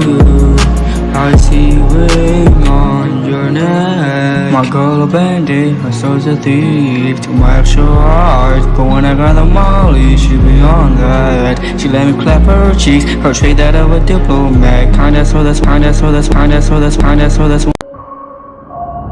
girl a bandit, her soul is a thief to my actual heart. But when I got the molly, she be on that. She let me clap her cheeks, portray that of a diplomat. Kinda so that's one of a kind. She can rob my heart, but she give her soul. Bitch, you're only for me, or else I OD. Bitch, you're only for me, or else I OD. I will bleed only for you, because you are you. Bitch, you're only for me, or else I OD. Bitch, you're only for me, or else I OD. I will bleed only for you, because you are you. My girl a bandit, her soul's a thief to my actual heart. But when I got the molly, she be on that. She let me clap her cheeks, portray that of a diplomat. Kinda so that's one of a kind. My girl a bandit, her soul's a thief to my actual heart. But when I got the molly, she be on that. She let me clap her cheeks, portray that of a diplomat. Kinda so that's one of a kind.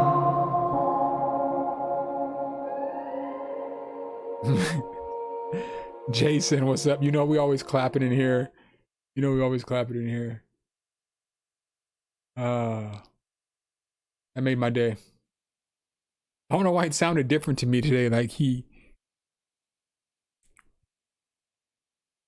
I feel like he double switcheroo on us. Like he uploaded the old version or something. I don't know. It didn't sound completely like the version that I'm used to. I felt like I was off a little bit. Like I feel like the intro wasn't normally as long. I could be wrong though. I haven't listened to it since I don't know Sunday. What did this sound like again?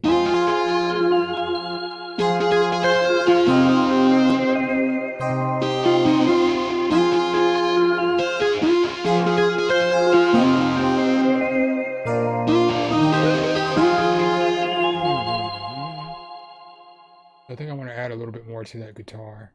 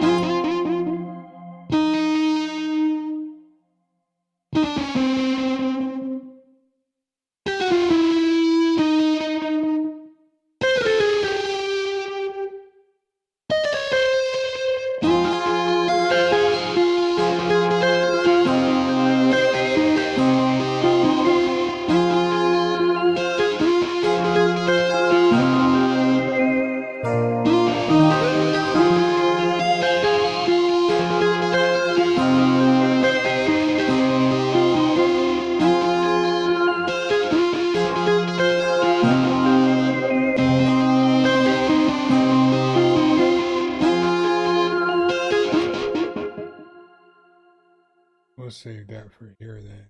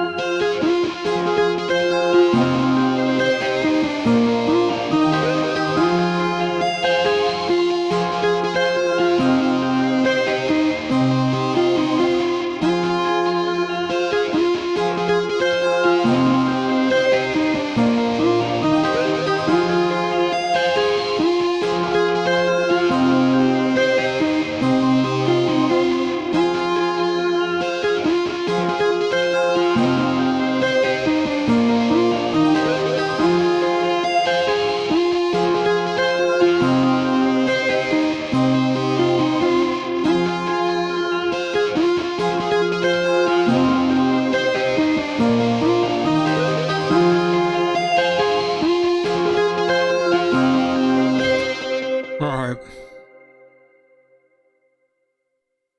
Alright. I think that sounds better. What y'all think?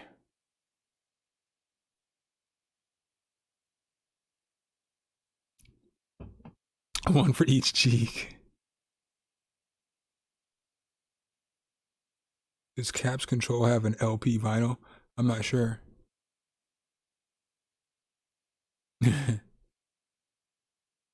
Alright, so I still can't believe that I have not downloaded Simon Savita's drum kit on this computer.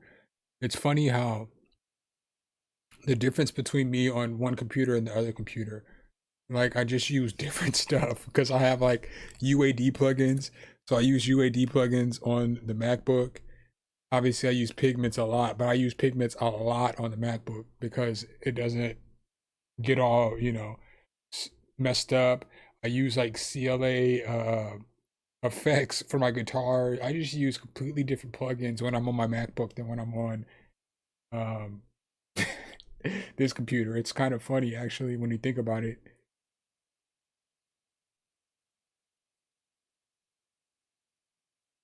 It is kind of funny.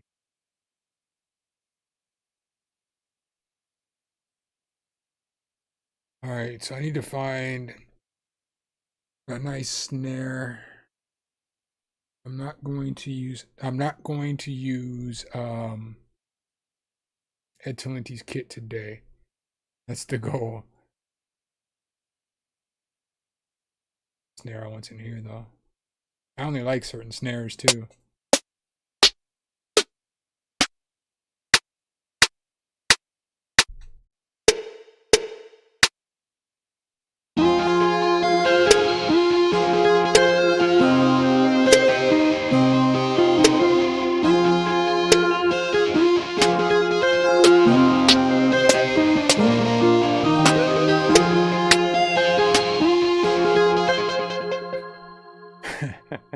I gotta force myself to not make a drill beat as well.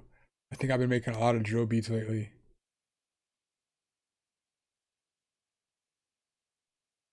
So I got all kinds of rules and stipulations on what kind of beats I'm making tonight, what I'm gonna do.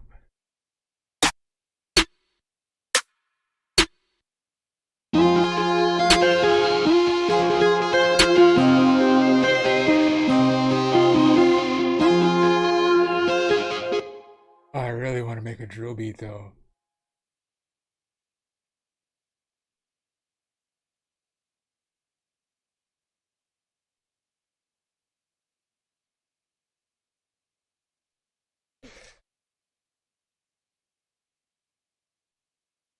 Yo, King Zavani, what's good? Mr. A Die, what's good?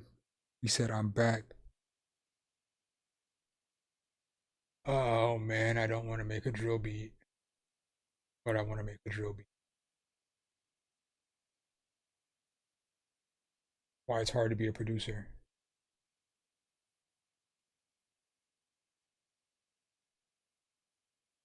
I heard about R. Kelly this week, right? Looks like R. Kelly's gonna be winning a lot of talent pageants in the jailhouse. He said make a drill beat.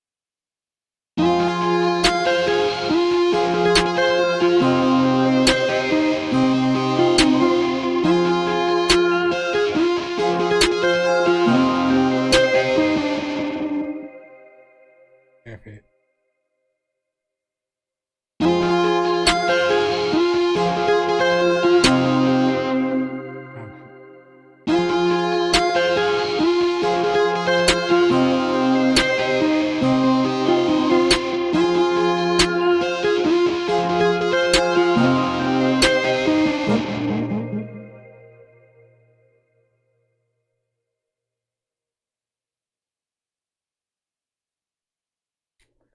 My drill beats are mid though.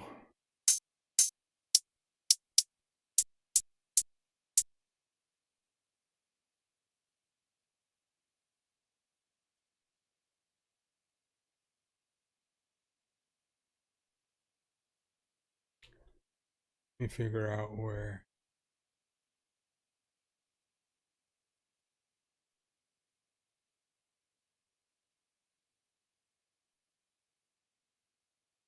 Not what I was doing, mouse.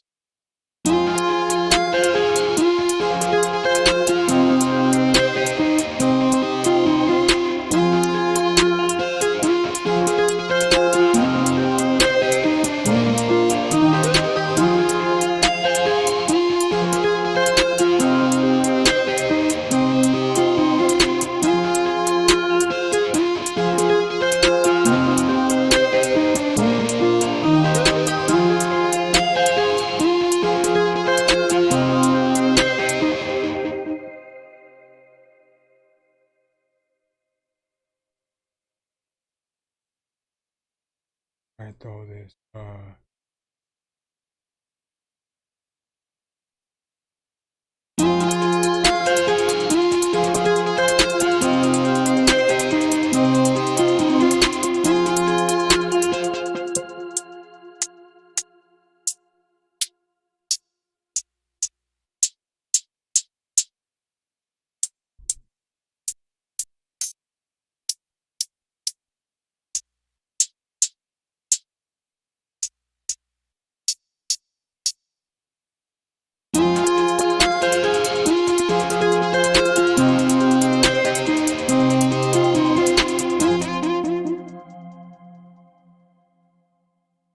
Good point.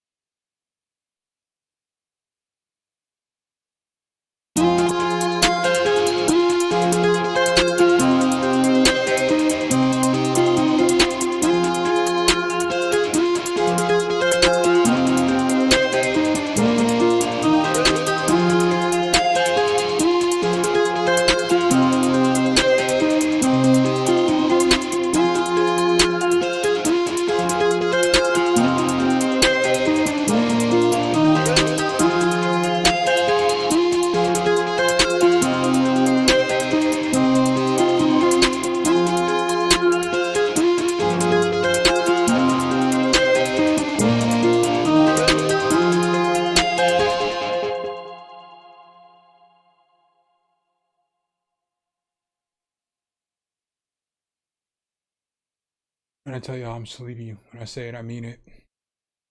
All right, let me see.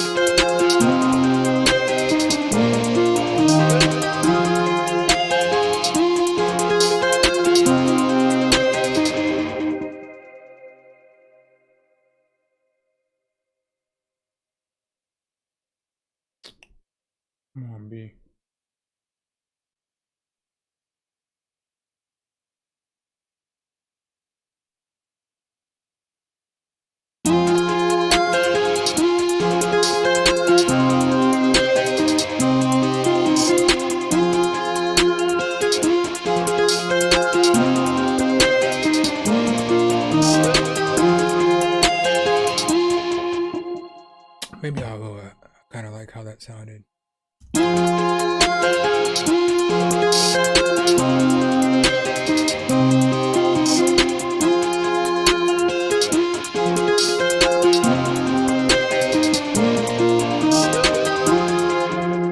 right, so save that. Yeah, Savani, they talked me into it. No, I never heard. The only Dave I know is Lil Dicky. That's the only Dave I know. His name still makes me laugh.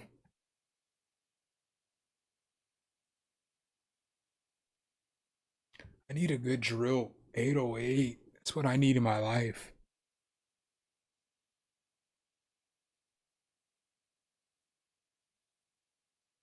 Good drill. That's what I need to sound design is some drill 808 so I have them in my arsenal. It's like I can never run across like the perfect drill 808. Eyes all watery. Gunshots.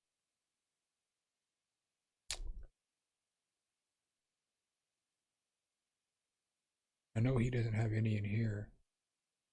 I don't know why he doesn't have any.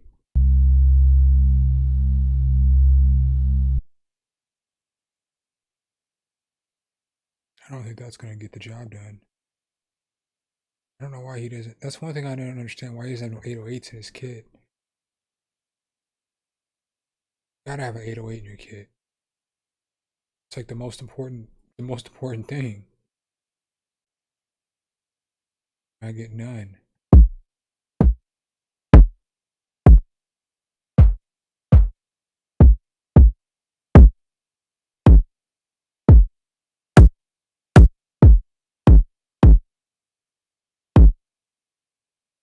We can run with that.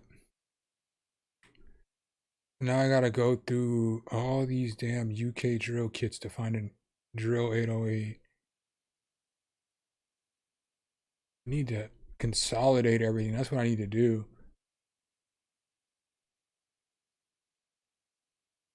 Bro, how you got 808 sample, no sample in your sample?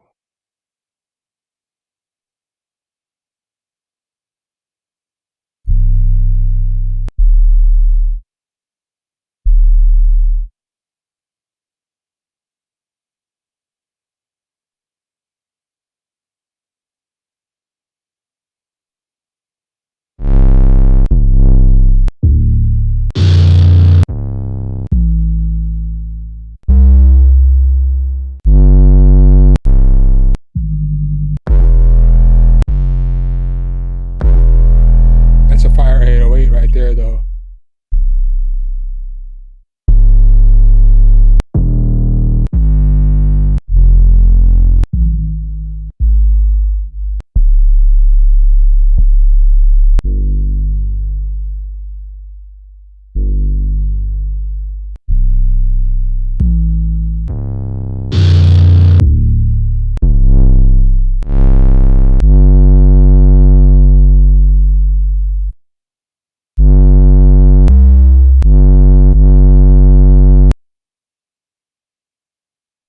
This might not be the 808, but we're gonna see.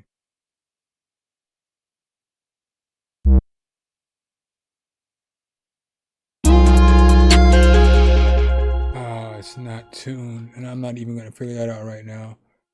Why do you not have your 808 tuned, man? I ain't got time to be messing with that either.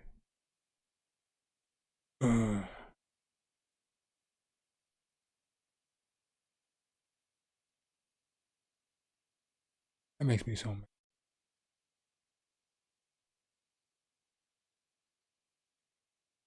F it.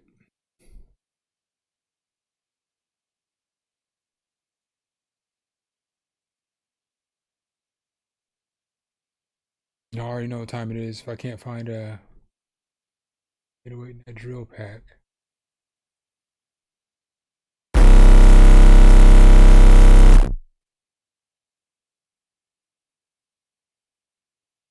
Contacts bother me. I think it's because I only got 2 hours of sleep. I know that that's tuned.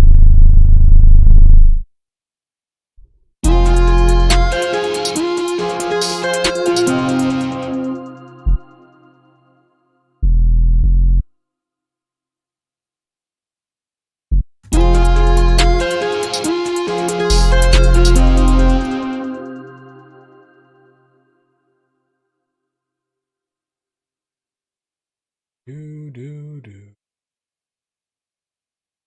Hold up on this beat.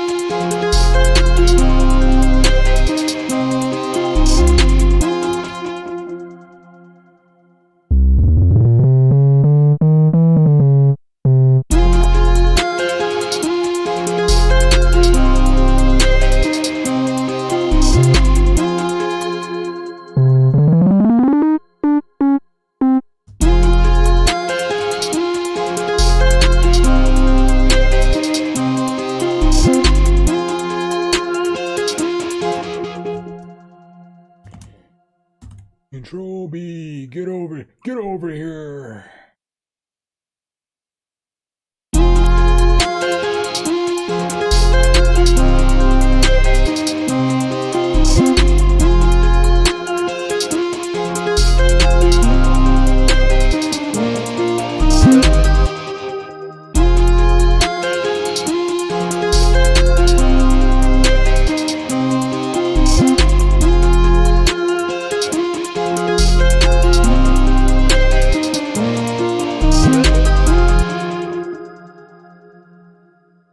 Really? Why are you not giving me both my... Stop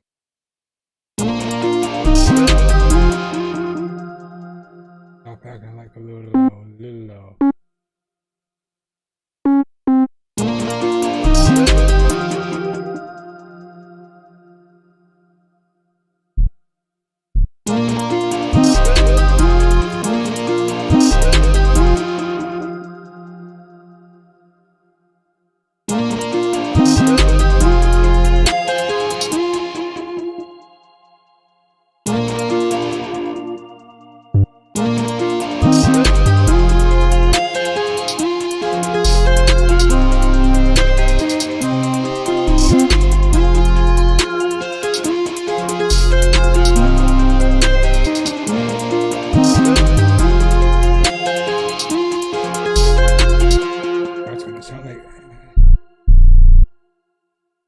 Ass.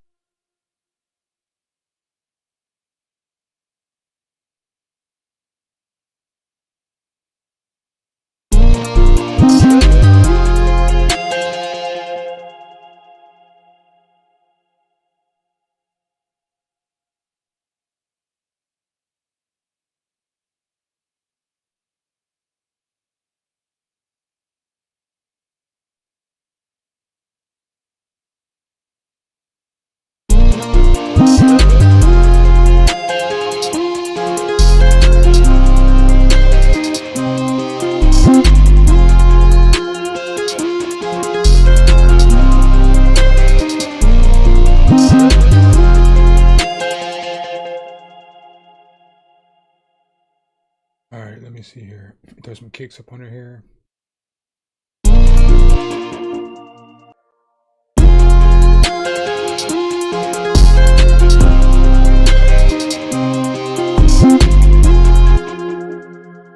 That kick is actually really nice though for this 808. I'm not even gonna lie. That sounds fire.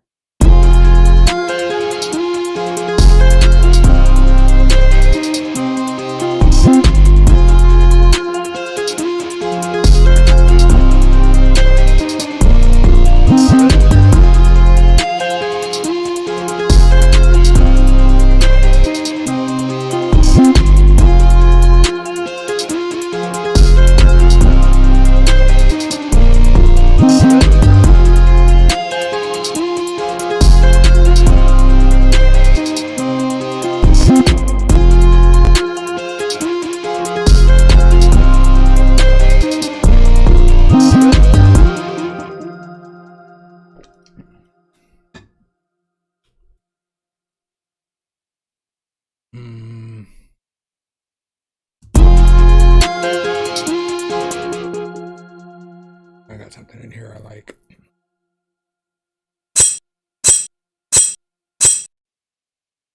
Bruh, calm it down.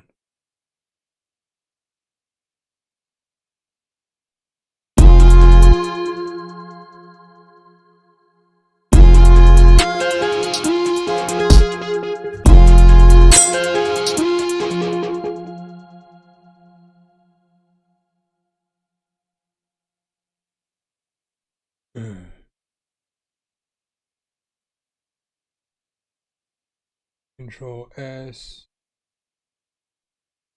Let's go ahead and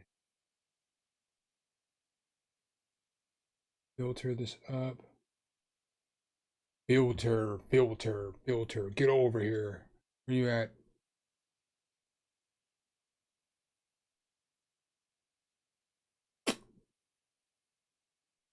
Here we go.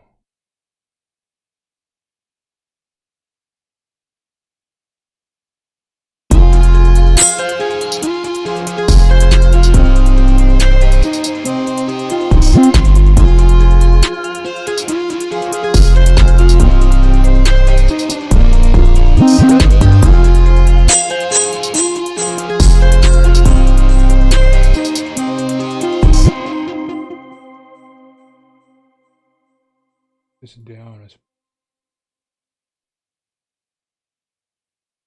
a reverb one.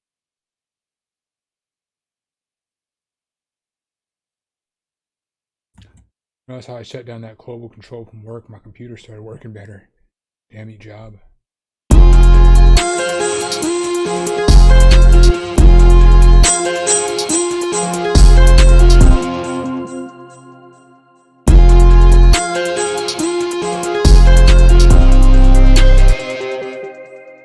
Gonna sound better that or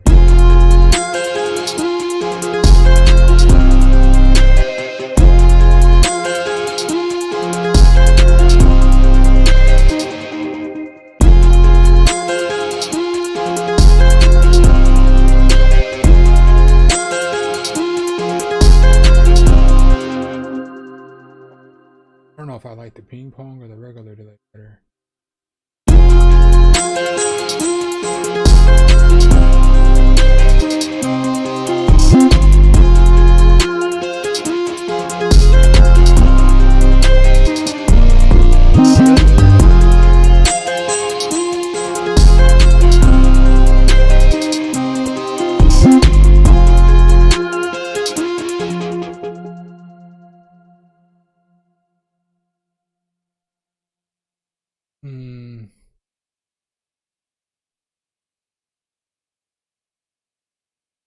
I want an intro on this or not.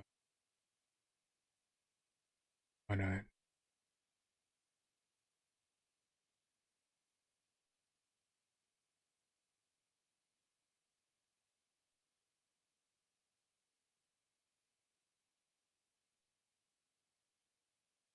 Why not? Let's go ahead and throw time on it.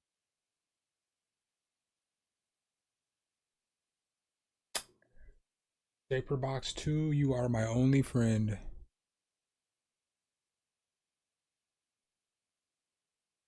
Let's throw some halftime on here.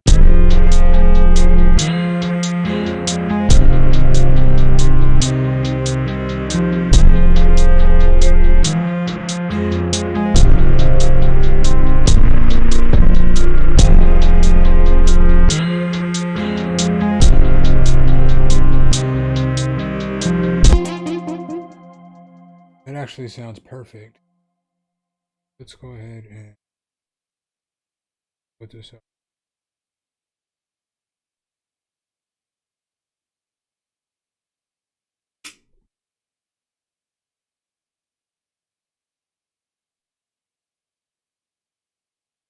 YouTube.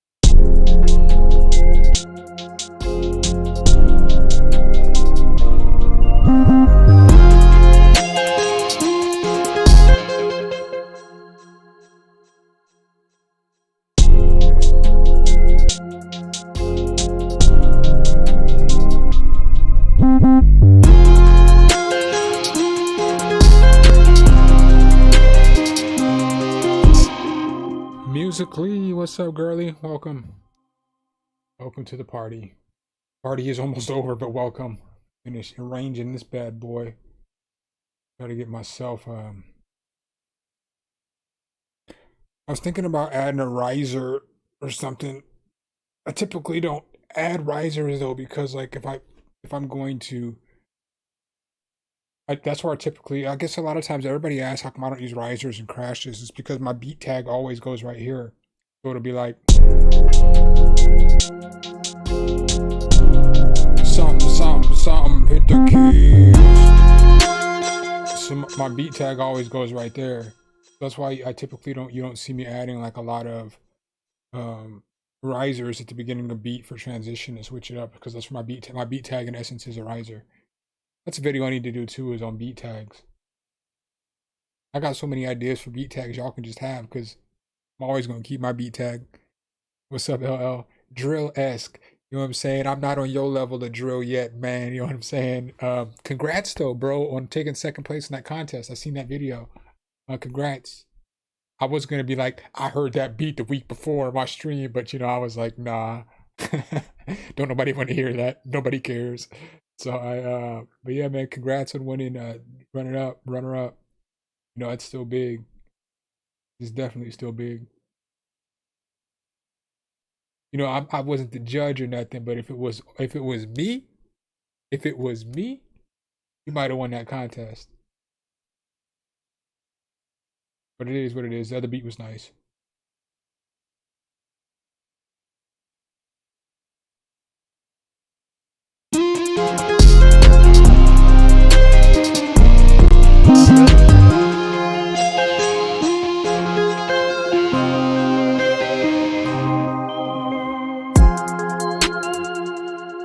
I guess the guitar should go right here. Guess the guitar should go right here. So which one of these? Put it with. No, the guitar shouldn't go right there.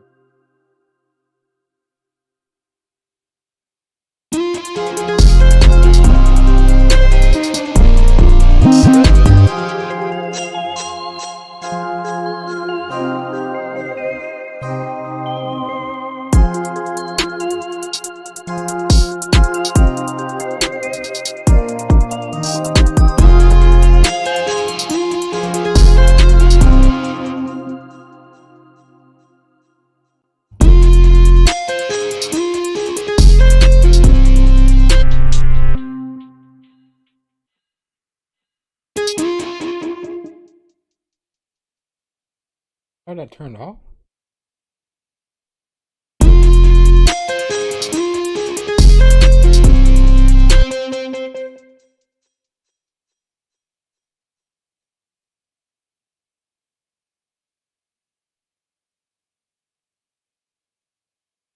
No wonder the beat sound.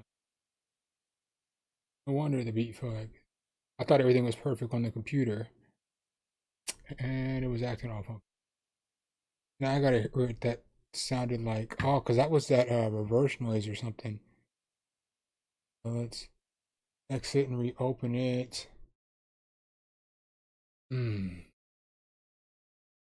This beat's about to sound completely different now, because it's gonna have some the main noise that the whole beat was structured around that I haven't been hearing for the last half hour. Let's see.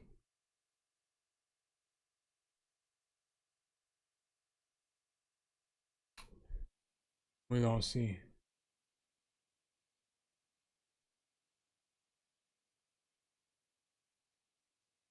I don't remember what sound I used. Why has my computer been acting like? Wow, you acting this way? I don't remember what noise I used. I used this whistle. Yeah, buddy. I remembered. But I don't remember what I did to the effect, because I did a bunch of stuff.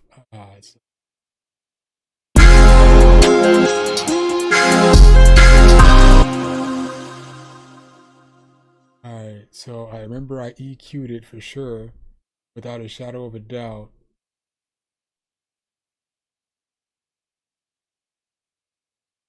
I have to think. Sorry, this is still kind of new to me.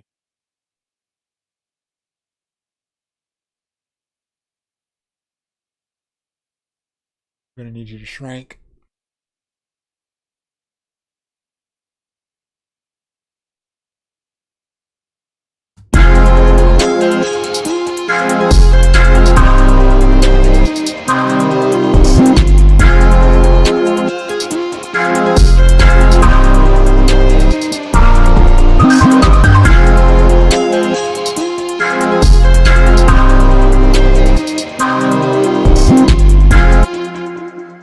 I'm gonna turn this down to like 25%.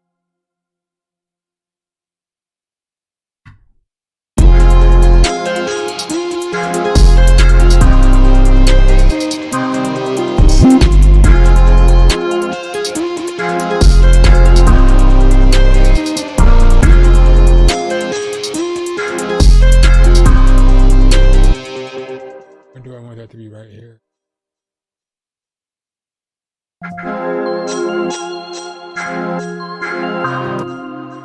No, that other noise is gonna sound better there.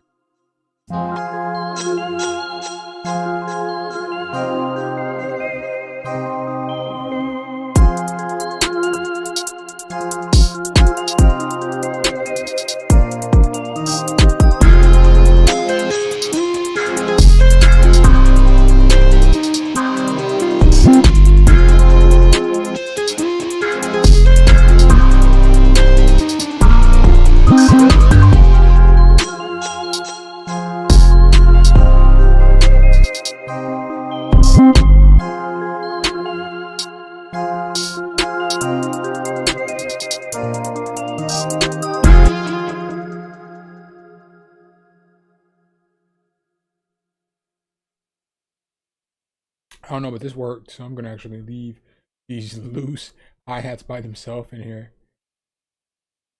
I don't know how it worked, but it did. Move over. Alright. Let's hear this from the beginning.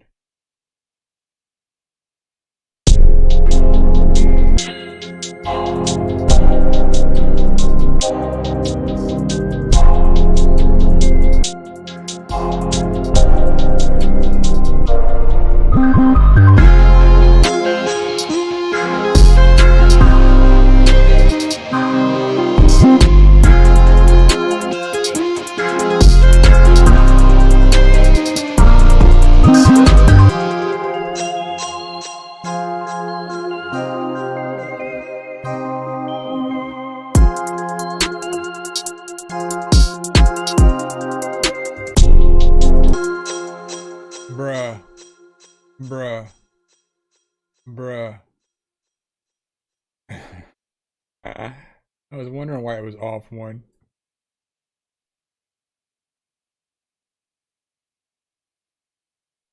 IR smart.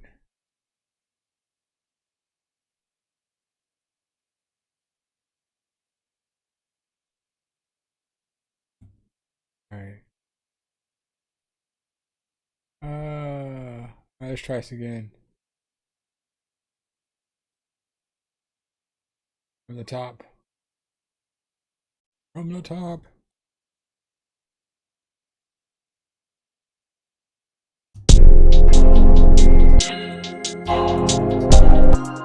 We the Chronos, welcome.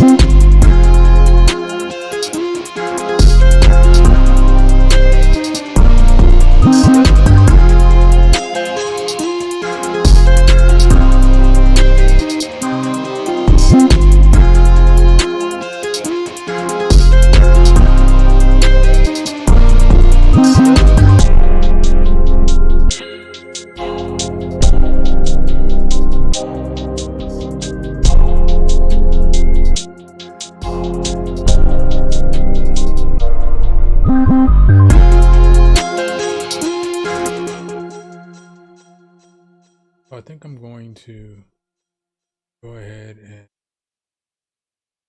copy this. 19 million views. The world is built. You got to send it to my. I can't see it. You got to send it to my.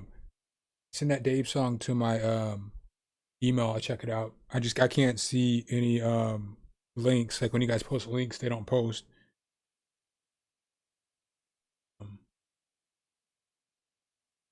Let me go ahead and take this.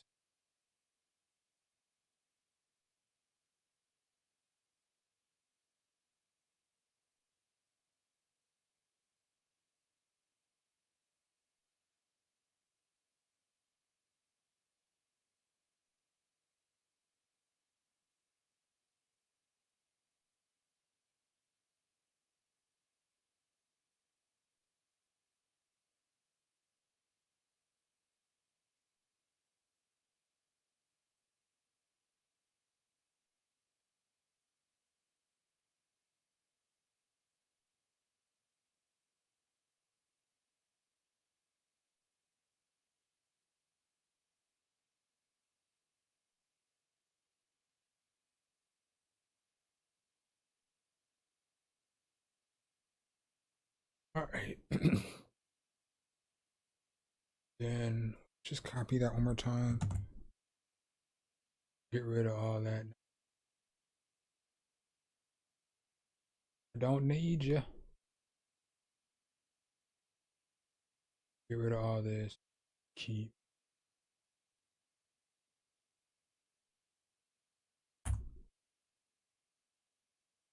Oh, the sound.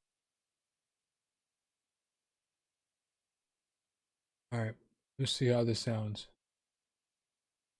Control S.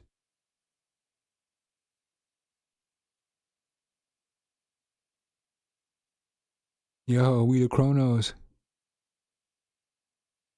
Yeah, I can explain, bro. You know what's funny is like, don't take this the wrong way either. I definitely appreciate the super chat, my guy. Thank you. And then I'll explain a little bit about the drill 808s. But I was fitting to for real log off as soon as I played this beat again. But I'll go through bass. Are you looking to try to like do slides, or are you just wondering? I mean, is that what you're wondering, or be a little more detailed, and I'll definitely explain my best to you. Because a lot of times, like with these 808 slides for like different genre, for like drill beats and stuff like that, you just need to start off with a clean 808, and it's about how you make your slide. So I'm gonna play this beat all the way through real quick, and then I'll go through my 808s with you so that you can see the pattern and then what I did to get the slide to sound what it is. And then I'll break down different kind of slides for you as well. But this is what everything sounds like together.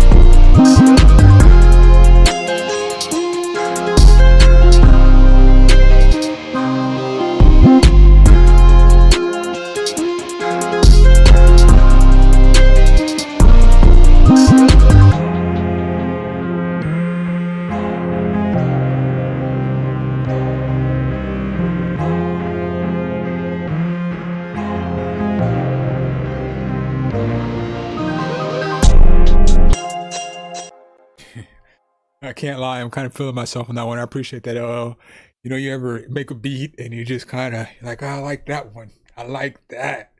And I wasn't even gonna make a drill beat at first. I was just gonna make a regular trap beat. And all it took was one person in the chat to be like, make a drill beat. Okay, we'll make it a drill beat. I do like that though. So basically, like with the 808, here's just some simple tips for you. The best tip, we the Chronos, is, and I know this sounds like the most typical thing that you're gonna hear, but start with a good 808 and start with a good kick, because that's half the battle. Like if you're using like a bad 808 and you have to do all this stuff, you have to like do a bunch of EQing and distortion and trying to shape it and do all this other stuff, it's gonna take up more time. Just find a good kit. There's good free kits out there. So like that 808, I got a free kit. So join my Discord. The kit's in the Discord. And that's the 808 that I use for my kit. I did use a different kit from typically my kit, but I typically use my kicks, and you know, they make them slap. So like this is what the 808 sounded like by itself. That's my Discord server. You can go in there and grab my kit.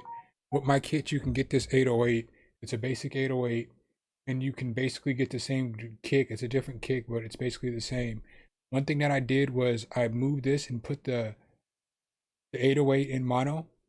So when it's like this, I mean, it's not spread out in the stereo, but it's not in mono.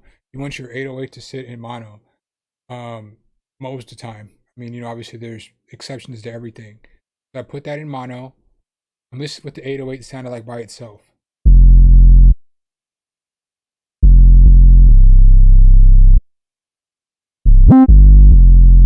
So it's a decent 808. And then once you add the kick to it, the pattern,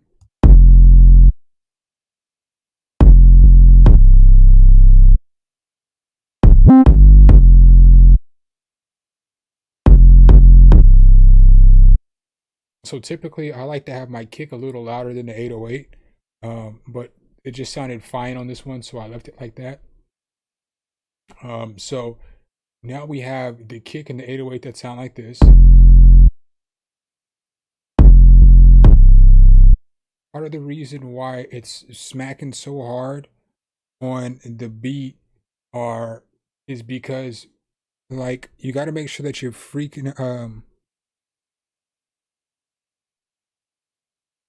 you got to make sure that you're cutting out frequencies. So you don't want to just cut out frequencies just to be cutting frequencies, but you need to listen to something and understand like frequencies. So like you see with this whistle noise right here,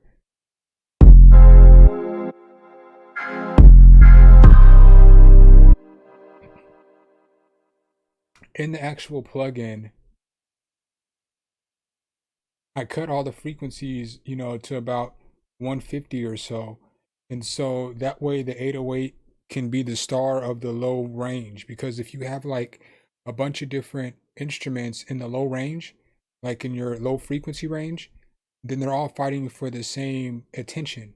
You know what I'm saying? So like I've done something before where, all right, so let's say I can do it with this. All right. So let's say this is your frequency range, okay? And I know this it'll make sense, right? All right, so let's say this is your frequency range.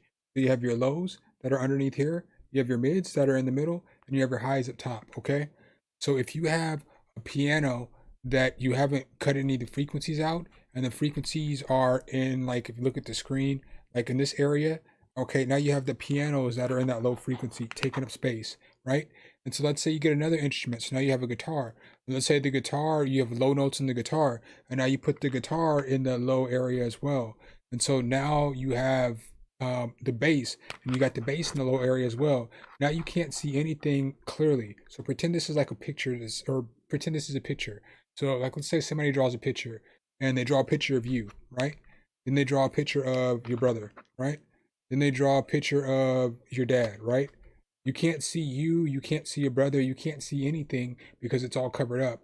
So you have to think about frequencies the same way. If there's too many things taking up the same spot in the mix, then you can't hear it. And a lot of times when you're making beats, if you're not understanding frequencies and how you have to cut stuff at certain frequencies, or if you don't understand why you have a bright flute and then your hi-hats and you have another bright instrument and they're all taking up this high frequency, and you don't understand why you can't really hear any of your high frequencies, you need to start cutting frequencies out and cutting out some of the high frequency, maybe of the flute or the hi-hats or whatever instrument that you're using. The same thing applies for bass. You have to what's up, Jay Biggs? You have to use EQ to make sure your instruments are sticking out. You know, you don't want to make a beat with all instruments that are the same EQ. So like once you start, I don't know how long you've been making beats, so I'm not here to insult you. I'm not trying to call you a noob. I'm not trying, by no means am I trying to insult you. But once you've been making beats for a while, you can listen to stuff and just know, okay, I just need something in this other frequency. So like now when I make beats, I don't really always necessarily have to EQ everything, because when I'm selecting the sounds that I'm going to use, I know that it's going to work. Like when I picked this second noise right here, I don't think that I EQ'd it at all. I think I knew that, yeah, I don't think I EQ'd it at all. I didn't even mess with it, because when I was listening to the sound, I knew when I picked that sound, these two sounds were going to go together. So I picked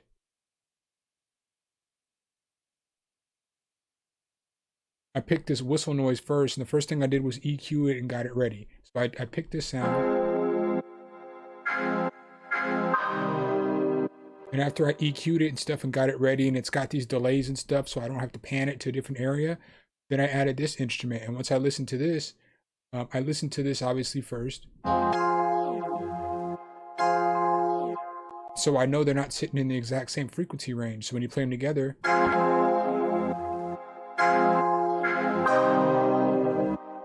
they complement each other. So you can hear both the sounds pretty well. So the next I picked the guitar, I knew I was going to put an electric guitar on it, but I knew how it was going to sound. So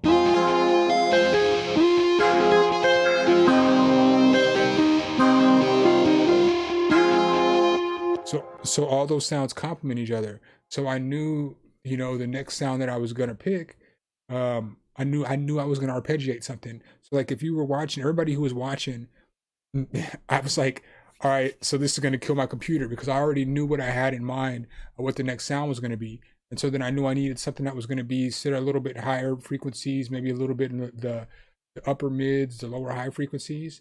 And so then I came up with this. And so now that I have all those sounds, I have all my sounds picked out. The only thing that I'm missing is obviously low and long. But you can hear how there's not very much low end in the whole beat. So since there's not that much low end in the beat, the 808's going to stick all the way out in the beat. And so once you add the 808,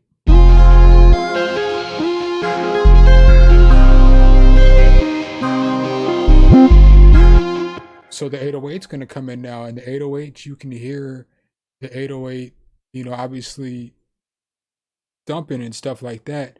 So now that you hear the 808, now I add the kick, and the kick is what really makes it really thump. Is the right kick with the right 808 is what makes it thump. Now it's knocking.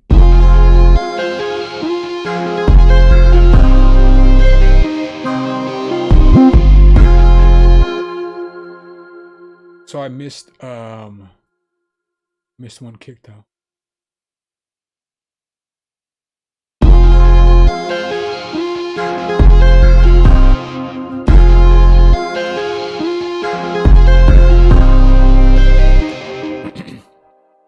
But those are the easiest way. I mean, that's the easiest way that I can explain how to make your bass sound better. Is the first step is finding the right bass. You know, making sure you get a good bass. And then obviously the next step, thanks Frankie, I appreciate it. And then the next step is getting a good kick that complements it, because not every kick's going to complement 808 and 808. You can have a fantastic kick and you can have a fantastic 808, but they might not sound good together. And so instead of wasting time trying to EQ the kick and boost the kick and do all this other stuff or do that to the 808, I would just look for another 808 and another kick. there is whatever combination of 808 and kick you're looking for is out there. And sometimes it might not be, there might be a fire 808 in one kit and a fire drum in another kit. So you can see how I mixed my 808 with Dixon's kick, and it came out perfect. And so then I'll give you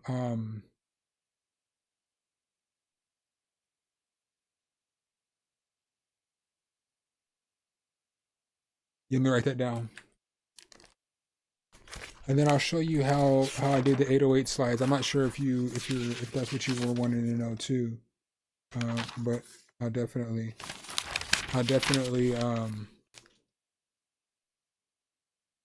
Oh, Rello, I didn't even know you were still in here, bro. I'm glad you are. I feel like Rello and Frankie, I feel like y'all need to link up. Y'all need to converse. I think y'all would collab on some good music as well together. You said add frequency.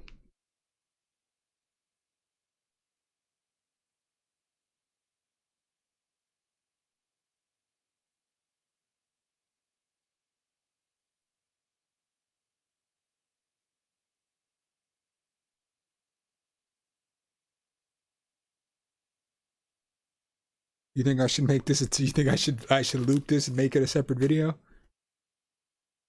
Should I start doing that? Start looping videos and making them separate videos? I should, huh? And double tack that. But another thing is like when you're making 808, so I'll give you a hint on the 808 slides as well.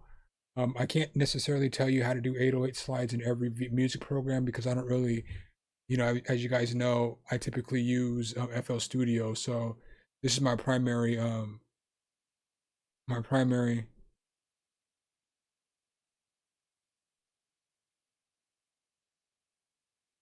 yeah, Spaz is pretty nice. This is my primary DAW, so this is the DAW I know how to use. But I can show you how to do slides real quick too, because slides are easy, but it just takes a minute to get used to putting them in the right spots and knowing how to chop up the little piece.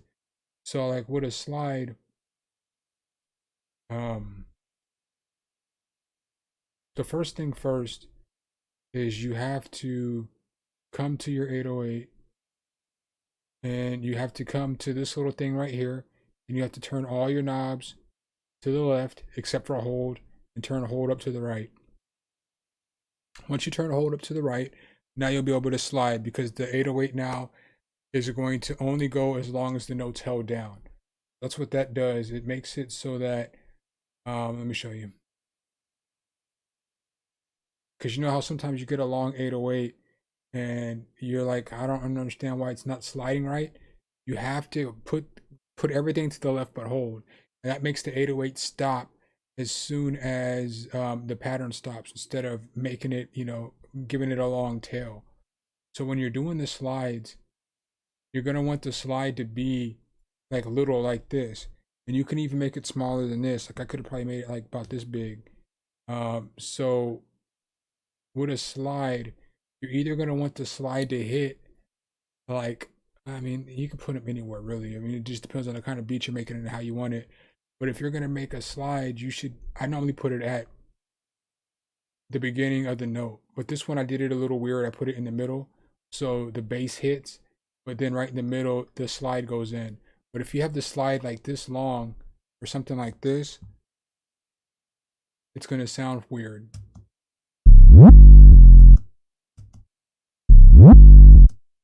But if you have the slide like this, so you see the difference in the size of this note matters in how your slide's going to sound. So you can make it like this. I'm not telling you you can't. But just know that the longer that this note's going to be, the lower in pitch that the 808 slide's going to be. You want to make your slide go up to a couple octaves. You see, I have C5 here, C6 here, C7 here. If I was to go down an octave, it's going to sound like this. One more octave, if I go down, it's going to sound like. So, just make sure if you want it to be like that high pitched sound on that slide, you make it go up. And you also want to have like a long 808 in order to get a good slide, if that makes sense. You know. And then if you like want to have multiple slides together, then you're gonna want to cut stuff up. So like let's say I want to have like 3 slides all next to each other, right? So I want it to sound like um, this isn't gonna sound right. So I'm giving you a bad example first. This isn't gonna sound right. So you hear outside that had that weird little for this last piece of the slide right here. If you want to do slides like that, you have to split the note. So, I typically let a slide, I'll put the slide at the beginning of the bar and then I'll let it go, 1 measure and then 2 measures when I'll start the next note. So now listen to it. I said all that and it didn't do it right.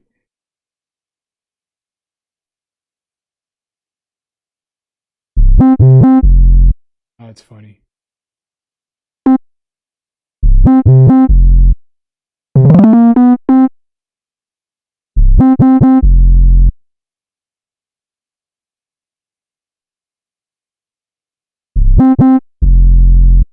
So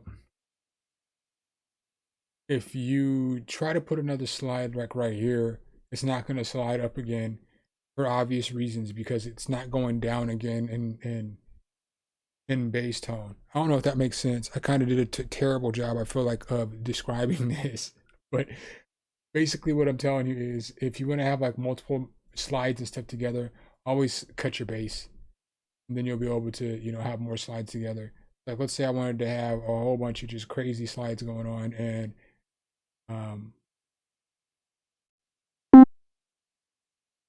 this is gonna sound terrible, but just for the sake of this, let's say you want to have a bunch of different crazy slides going on, you got to cut all those notes up. You know what I'm saying? So that won't work if you don't cut all the notes up.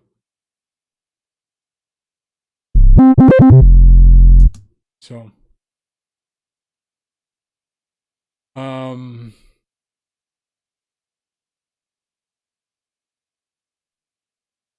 oh yeah, tape piano is definitely a thing, bro. You didn't see I was messing with that all night. All these beats I made are from tape piano too.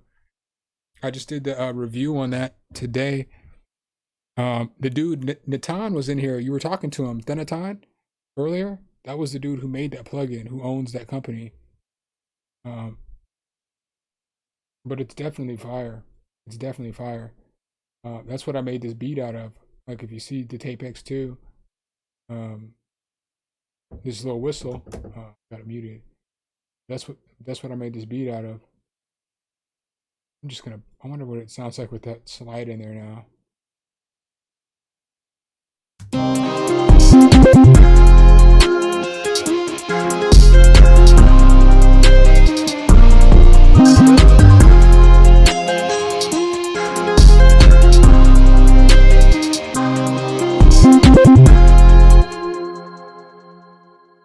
But yeah, that's where I got that these two noises from.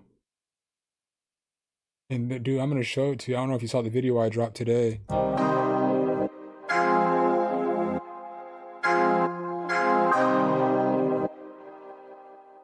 You can't accept the invite to the Discord. Why not?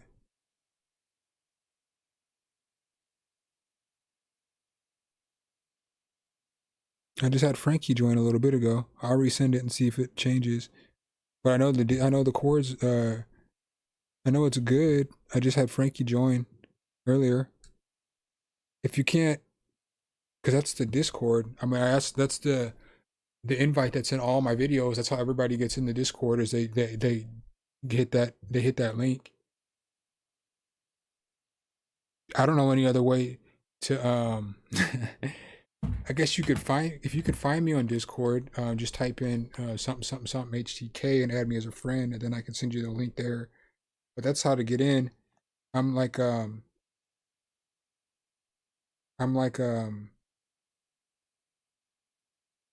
it's not my strength, man. Discord's not my strength. As far as getting people in there and all that other stuff. Yeah, y'all on the NPC mob. But yeah, man, this is what the. I'm just gonna open a new instance of this. New. No, I've already saved it. That beat was fire though. Definitely like that one. I like that.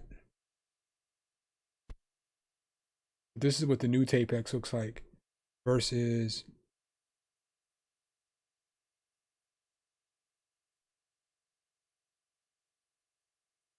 He just kept the same green thing in the middle. But dude, this one is so fire. This is what the old one looked like. So he kept that same little green lo-fi looking computer or keyboardish thing. But this one, dude, it's got 4 different layers, so you can add layers of sound. So like alright, but I can come in here and I can take this out and I can add, you know, this.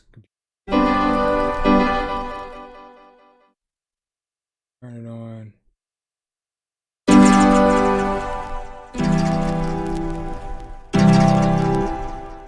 And you hear how dope that's starting to sound. Then you get another layer.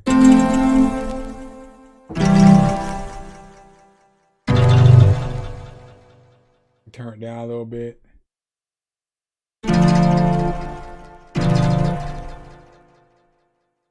Turn something else on.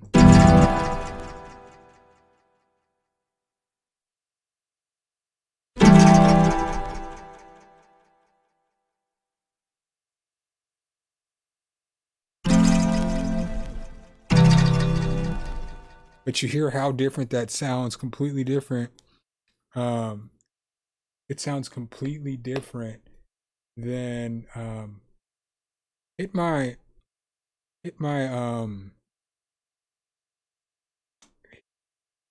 email, bro. Let me see. Just shoot me a message, we'll get you in there.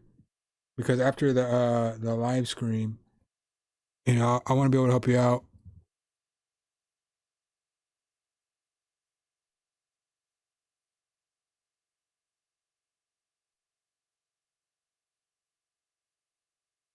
Something, hit submit at gmail.com. Shoot me an email real quick, bro. And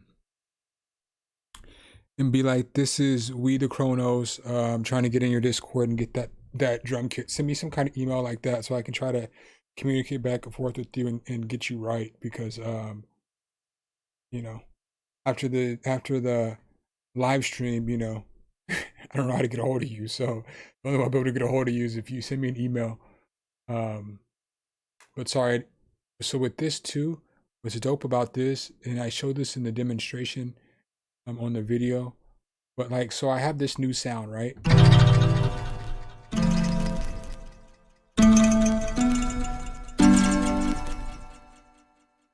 So I would still probably mess with the volumes and stuff like that because it's kind of loud. Obviously, I got like 4 different instruments going.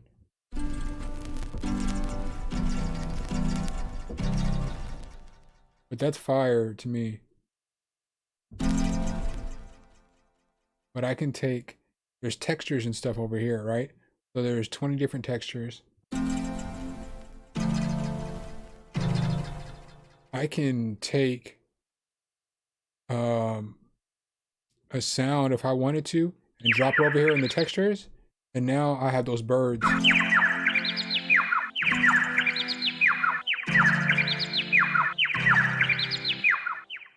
So that's dope, you know? I could take this rain and drop it over here. Rain's gonna take forever to load up because that's what it does. One day I will get an NPC.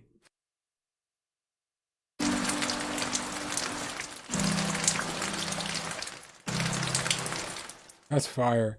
And then you can even throw stuff in here. So I mean, I'm not saying this might be the ideal situation. And you can have it do whatever you want, whether you want it to follow, whether you want it to duck, or whether you want it to be normal.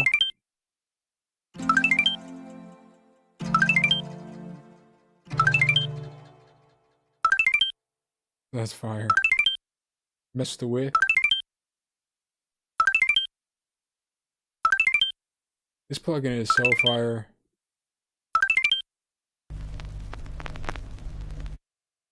And then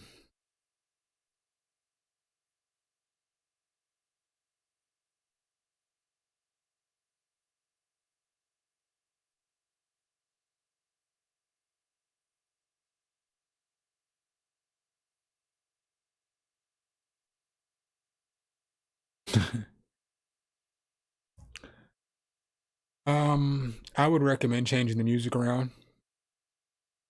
You know, you got to think. Um,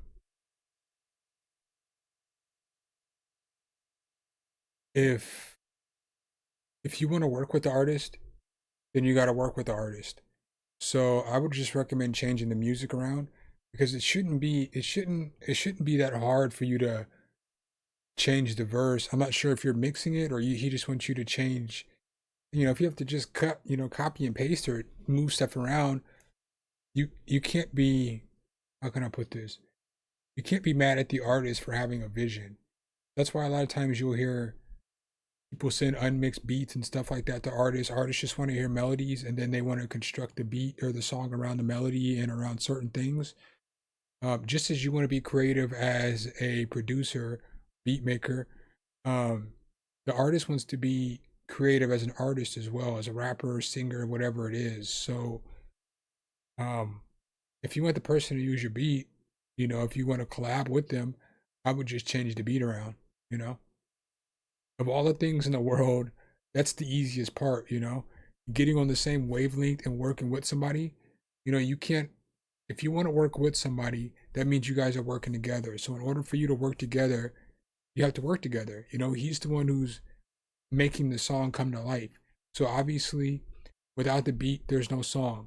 But without the artist, there's no song either. So a lot of times producers or beat makers or however you want to figure it, a lot of times beat makers think to themselves, well, this song wouldn't exist without me. You're right, this song wouldn't exist without you, but the definition of a song has to do with lyrics. So, and if like you look up the definition of songs, you can have a song without a beat. You can't have a song without lyrics.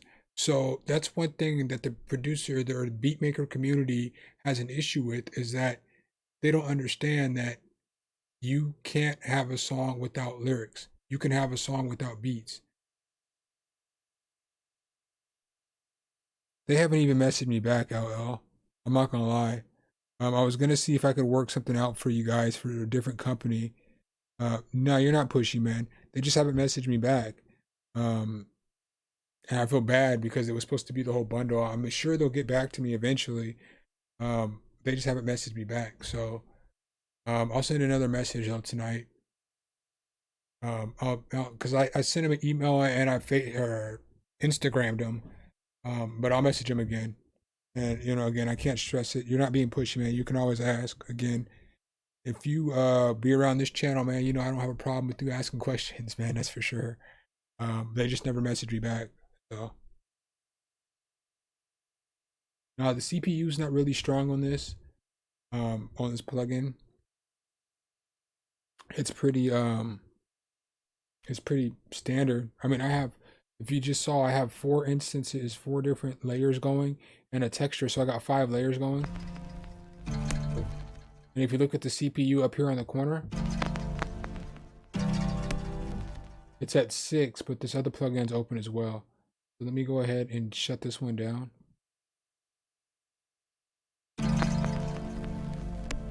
So it's at a 5, and that's with there's some effects going. Let's turn everything on. Let's push this to the limit. Let's see what the CPU looks like. Let's turn all this stuff on. I don't even know what I'm doing right now. I mean, I know what I'm doing, but I'm just sending stuff to random places so I can make everything run at the same time.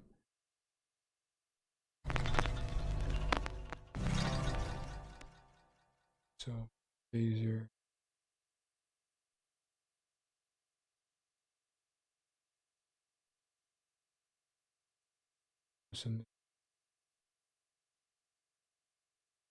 I'm just sending stuff to random places. We'll send this to an envelope. Let's open the plugin back up.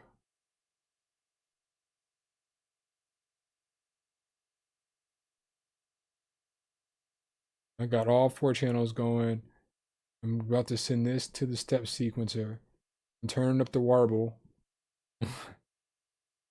We're gonna turn on the steps, the scratcher. So I have all the effects going. Let's go to macros and turn everything on.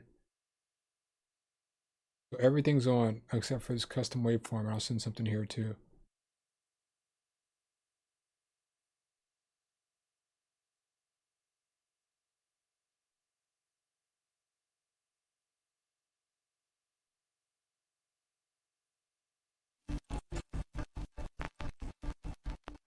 Oh, that sounds terrible. All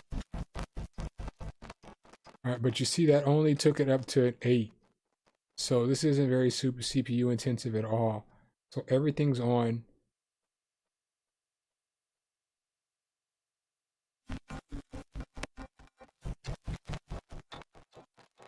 Everything's on. And the CPU didn't get higher than an 8.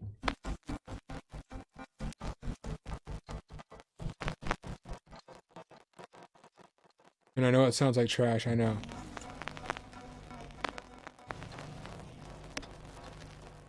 But that was just to show you guys that it works.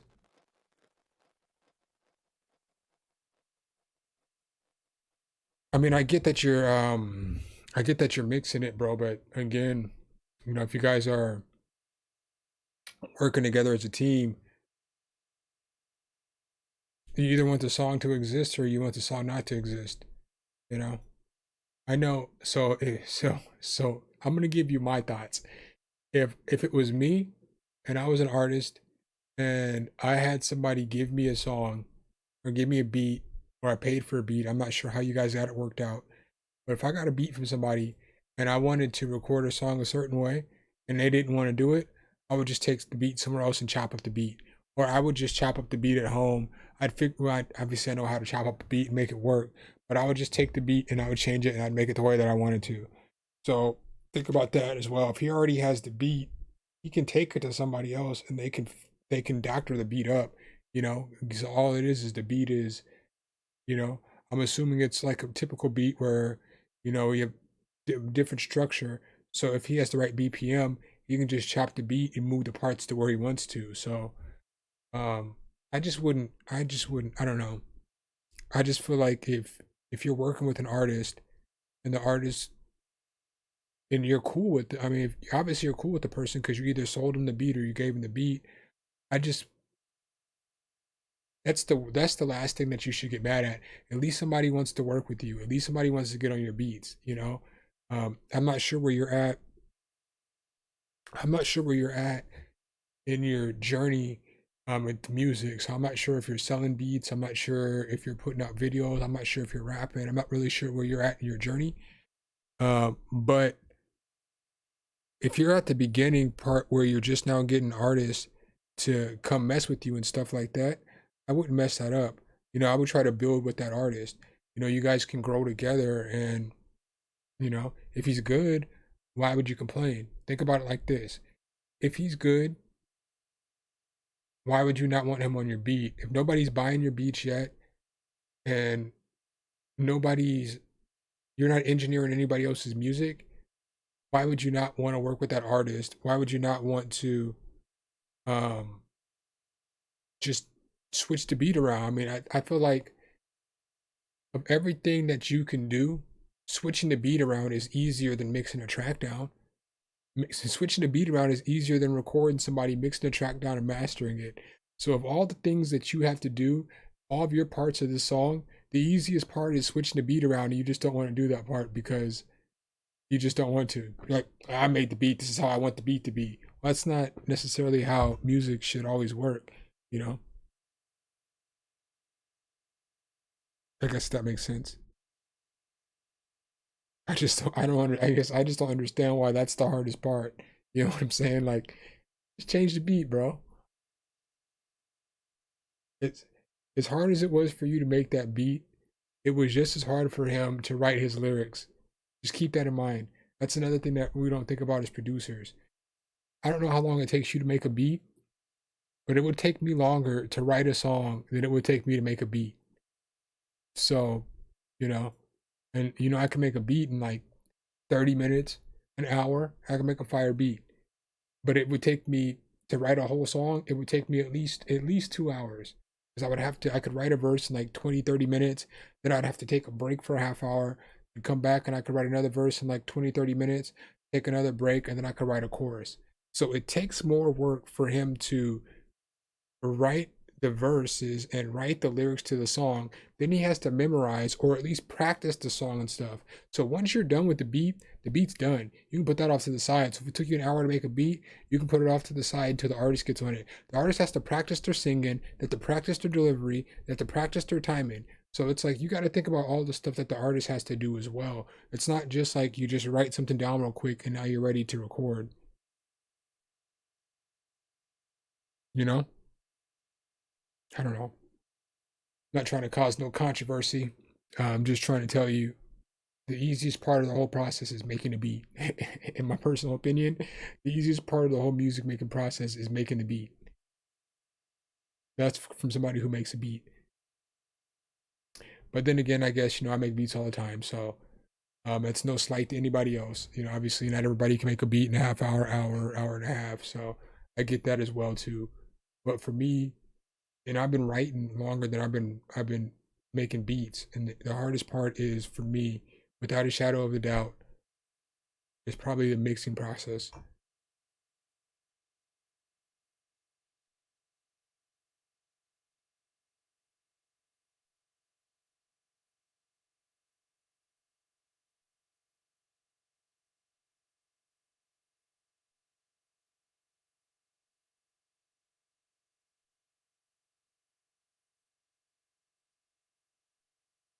What did I miss about putting in reps?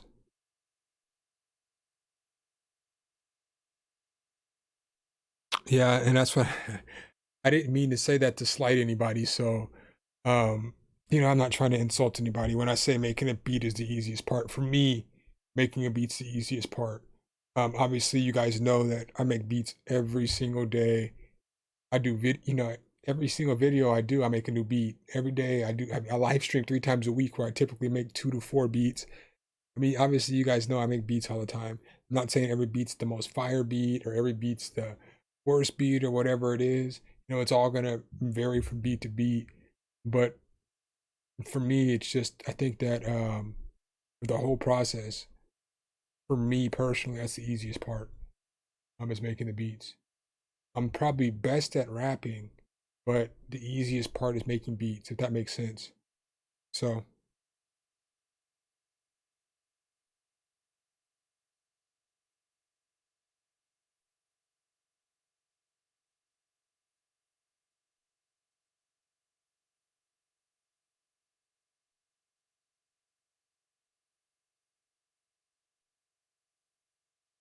yeah, reps are always important.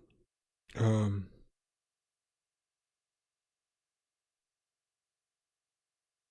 Definitely. Reps are always definitely important.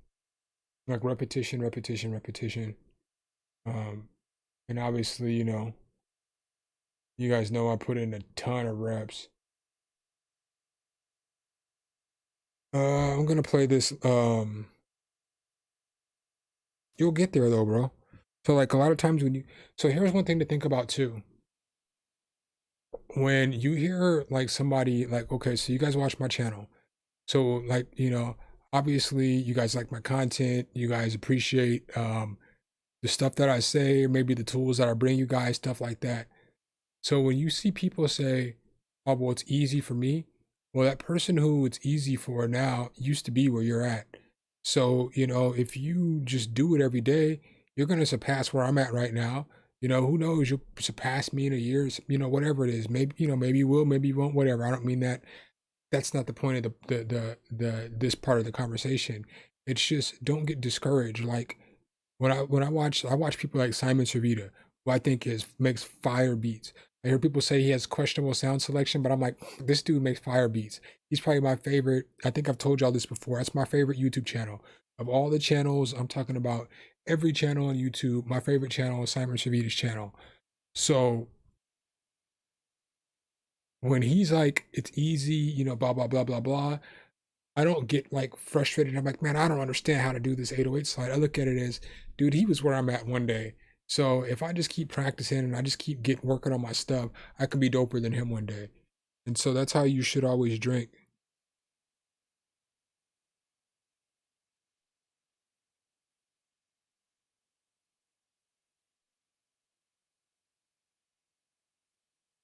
I mean, I don't know. I don't know, Unica and the beat. I don't know if you rap or not. I rap and I make beats. So again, I can't stress enough, like, you're not gonna write a good song in 45 minutes to an hour. You know what I'm saying? You can't sit down and write 2 verses in a chorus in a short amount of time. Plus, again, you have to practice the beat or practice rapping. You have to get a, you know what I'm saying, good stamina. Then you have to record it. More comes along with rapping than making a beat. You can make a fire beat in 45 minutes. You can make a fire beat in an hour. You know what I'm saying? You're not going to make a fire song in 45 minutes. It takes more time than 45 minutes to write. And that's why I say it's harder. I mean, again, I understand like when you're at different stages, it's harder, but like your Kendrick Lamar, Drake, J. Cole, they're not going to sit down in 45 minutes and write a whole song. They're probably going to take 2-3 hours to write a whole song. But your hard producer for whatever genre can sit down in 45 minutes to an hour and make a fire beat. Plus the artist has to practice it and they got to record it. I mean, there's just more steps. Making a beat, you can like look, I'm not saying this is the most fire beat or the most or a whack beat, but I made this beat in like 40 minutes, right? 40 minutes.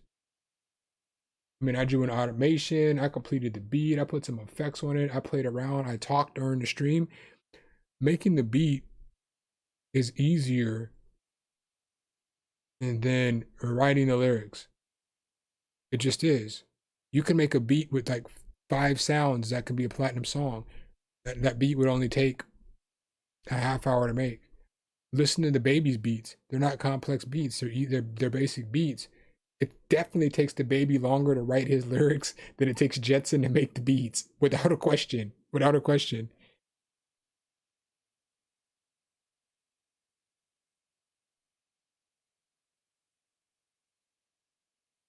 You want a link? You don't know what Simon Servita is? Yeah, I'll drop you one. I'll drop one in the Discord because I can't drop any. I guess I could drop links on here. Give me one moment.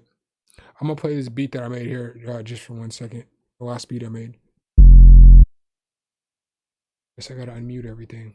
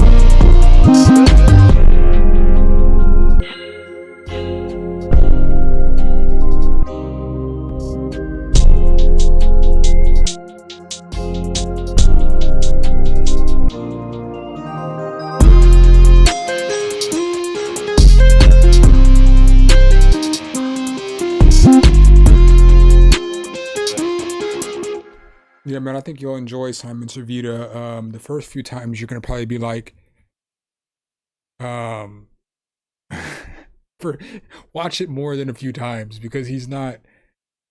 Simon's just a straight dude, straightforward dude. Like I don't know how to explain him. I don't want to call him. He's from Canada. He's from Toronto. So the first probably three times I watched Simon's channel, I was like, this dude's corny as f. He is super corny. But then I watched it more and more, and I was like, he is himself. And that's probably what I like the most about his channel is that he's himself. He doesn't try to play anybody else. He's just himself, you know? But his beats are always fire. He's always going to give you some fire tips. Um, his beats are always fire, always fire.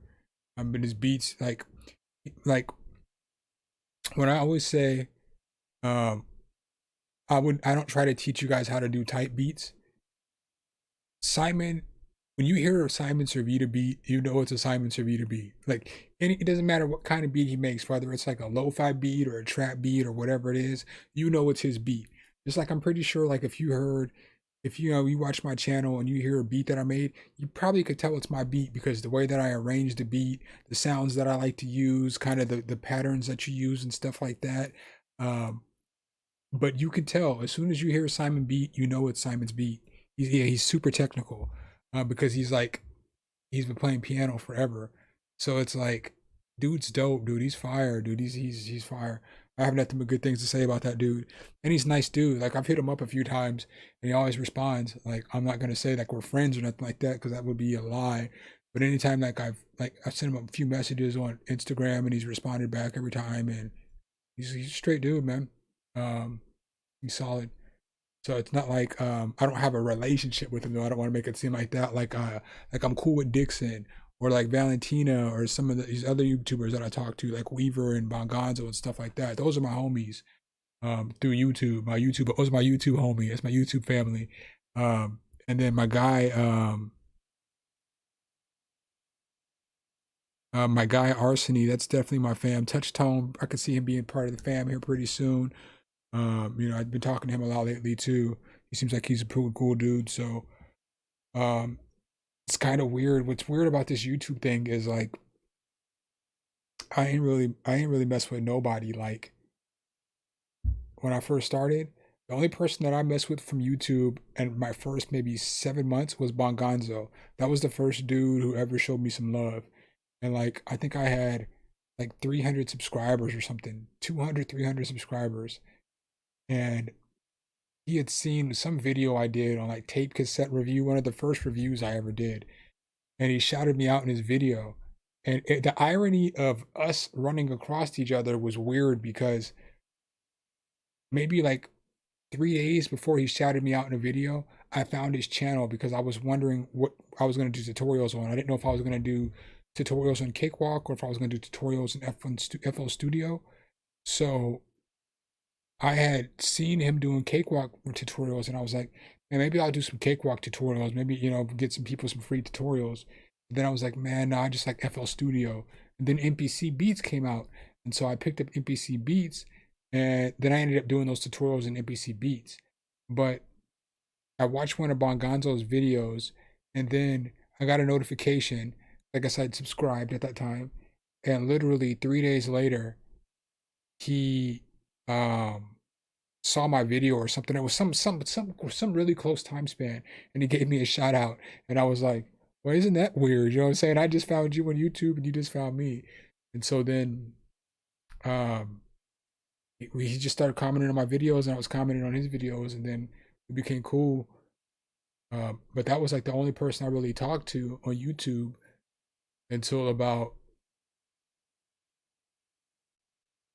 whenever I did the collab with Valentina and Dixon, because Dixon commented on some of my videos or something. So I started responding back, and then we became cool. Dixon's was super cool, man. I message him every once in a while or whatever, but he always comments on videos. I comment on his videos and stuff. But we talk through the gram. Talk to Valentina, every blue moon. She's cool though. That's my peoples. But Arsony, that's my dude. I talk to him a lot. Like I text him and Instagram him and stuff like that. So YouTube's crazy, man. And then I met all y'all obviously through YouTube, you know what I'm saying? And obviously I think y'all are the family. So YouTube is crazy, man. It's crazy how this time last year I didn't even have 1,000 subscribers and I'm about to hit 6,000, you know? It's crazy how like this time last year I think I was just getting like 10,000 views a month. This month I'm about to probably hit like 67,000 or something views in a month, which isn't the grip, you know, but it's definitely growth. So like, let me see. Ooh, this is the first time I know it's little goals, but y'all are here with me. Um, the first time I hit 6,000 views in 2 hours or in a 2 day span. That's fire though. You can't even see it. It's fire though. Yeah, you can't even see it. It won't let you. But yeah, for the first time ever. That's what I'm talking about. That's what I'm talking about. Yeah, Gonzo is definitely a good guy.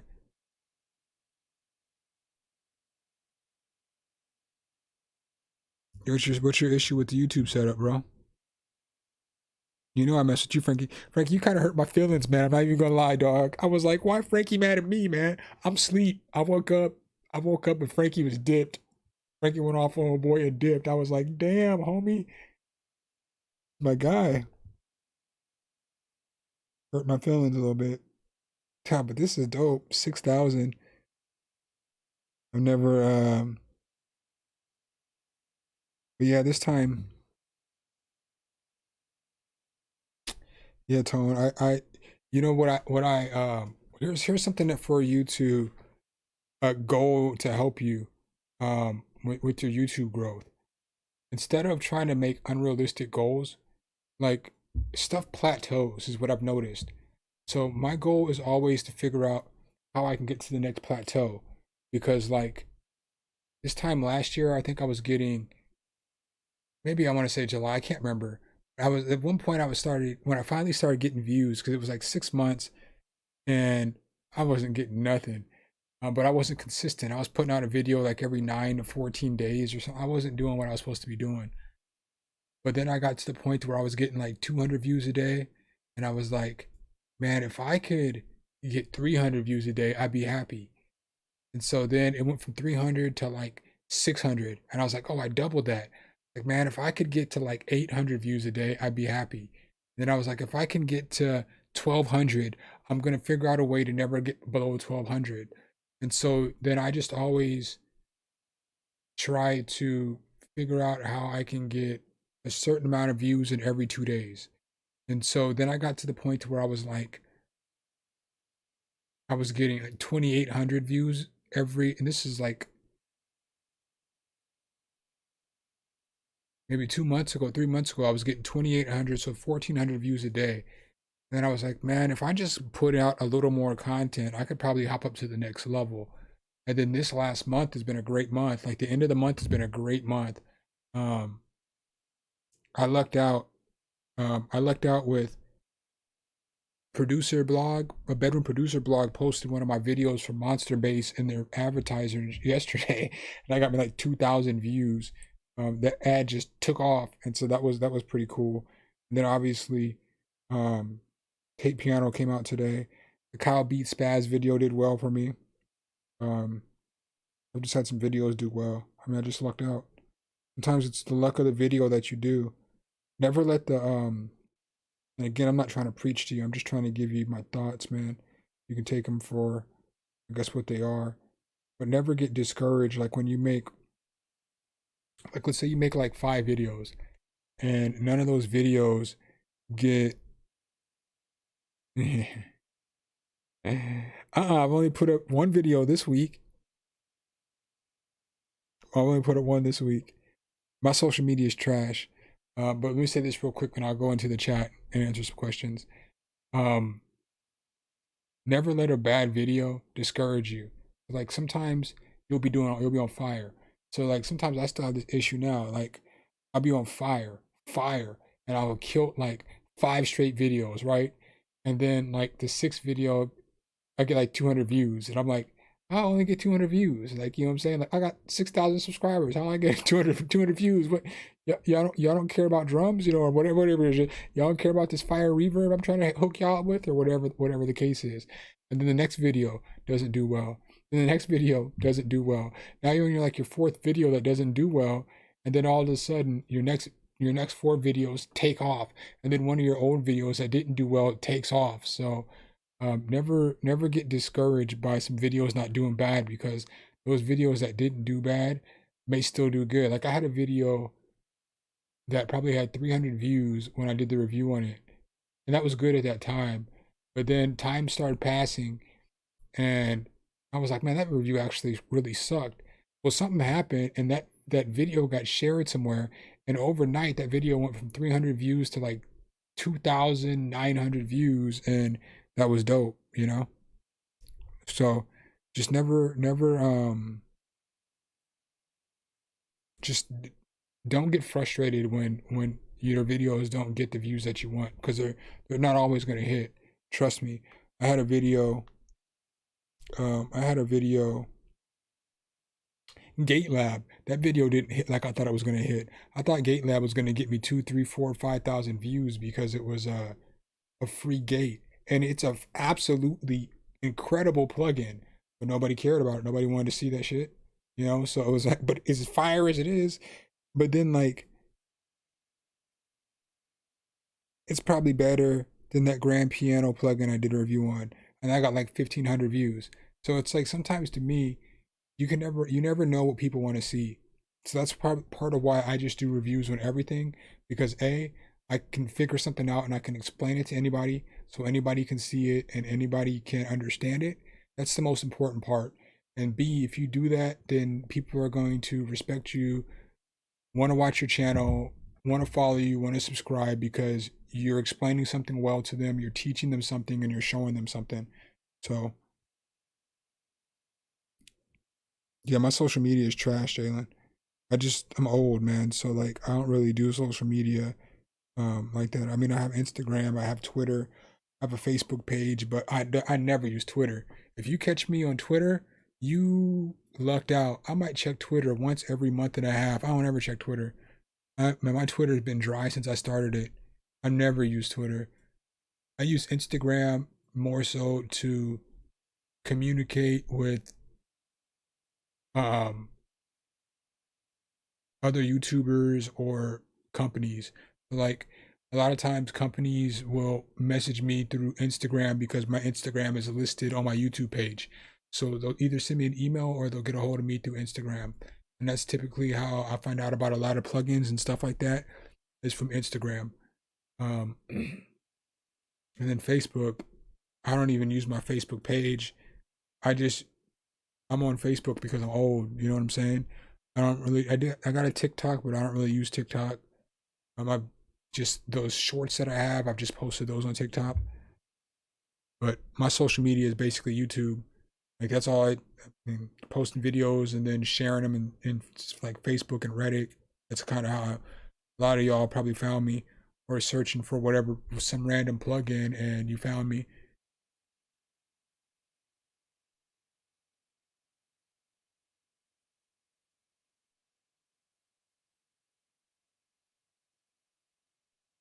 Yeah, I just gotta get my stuff up. And sorry if I skipped any of you guys' questions.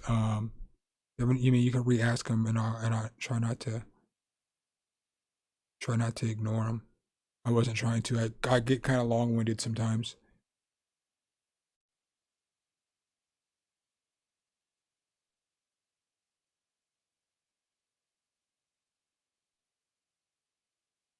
Oh yeah, I am standalone. If you're saying like the same thing goes for beats, as far as every beat's not going to be a banger, that is 1,000%. Like you think every video is going to be great, but you never know what somebody else is going to want to hear. The same thing goes for beats.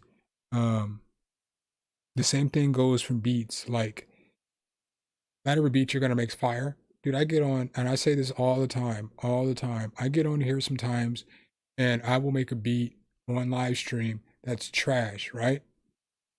Or I'll make a beat that I think is trash, and when I hear it the next day, I'm like, Or I guess the chat was right. This is fire. Or a beat that I thought was fire that night. And then the next day, I'm like, that beat was trash or whatever it is. But not every beat I make is. That threw me off. Not every beat that I make is fire. Um, Not every rap that I rap is fire. Not every track that I edit is fire. You know, not every video that I edit is fire. Probably not every video I do is fire. So that's just part of life. Not everything you're gonna do is gonna be the greatest, but the goal is to try to be better than your last time. So, um, you know, I'm definitely glad you found me musically. But that's everything. You guys know I told myself I was only gonna be on stream until midnight tonight. And then after I was finishing the last beat, I was like, man, I'm about to get off, but oh boy, super chatted me. And so I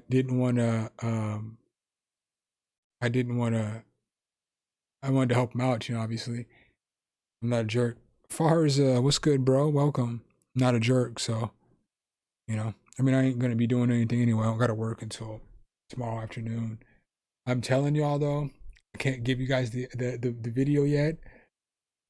The video I drop tomorrow is just a decent video. It's a decent plugin.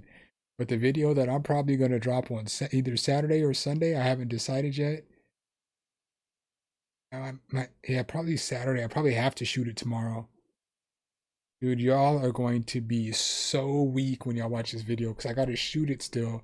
I don't even want to shoot this video, but it's gonna be so. I already know it's gonna be so funny. I already know. I already know.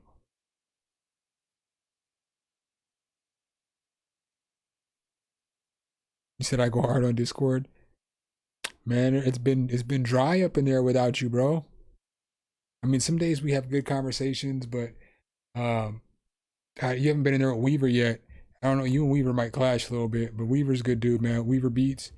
I did a 4 producer, 1 MIDI pack flip with him. He's a good dude, but he's got a lot of dry humor. So, I think y'all be good. He's a good. He's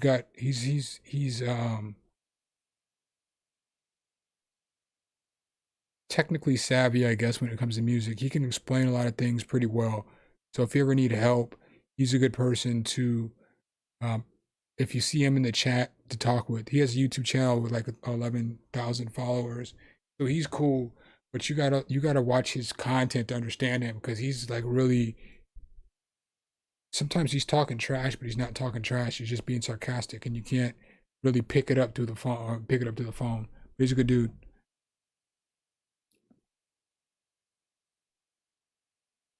No, I don't really have a regular upload schedule because I basically upload around new content. That's what makes my channel a little different is that I will always live stream. So I always do consistently live stream Wednesday, Friday, and Sunday. But for uploads, if something comes out today, I'm going to get it, figure it out, and do a review tomorrow. You know, I don't want to wait until Monday to do a review on something that came out Saturday. You know, I want to have the review out as soon as possible. So I typically try to post at least 3 times a week. And ideally, I do like to post like, ideally, if I could ideally make a schedule, ideally I would post on like Tuesday, Wednesday, Friday, because I don't live stream on Monday or Sunday. Hold on. Yeah, Tuesday, Wednesday. I don't live stream Tuesday, so I can record a video Tuesday for Wednesday, Monday for Tuesday, Tuesday for Wednesday, and Thursday for Friday, or Saturday for Sunday as well. So, but I post whenever I can. Whenever something new comes out, I'll check it out and just post. I don't think it seems to have much of an impact on my viewers because I feel like you guys are gonna, if it's something that interests you, you're gonna watch. You know, like I don't do a TV show. You know, we're a different breed. Musicians are a different breed. We make music all the time. So since we make music all the time, we're always looking for something, or we're just not this. We're not the same as somebody who is strictly on YouTube for entertainment. I might be looking for a plugin review, or I might be trying to figure out how to do some kind of weird 808 slide. And next thing you know, bam, this new Tape Piano 2 plugin just hit my suggested feed. I'm about to watch that video. You know what I'm saying? It's, so we're just a little different as the way that we take in our content. Or if the newest whatever comes out, and if it's free, I'm watching that video. The newest whatever comes out from, like, if Spectrasonic dropped Omnisphere 3, I'm watching that video, so um we're a little different. We're a little different breed.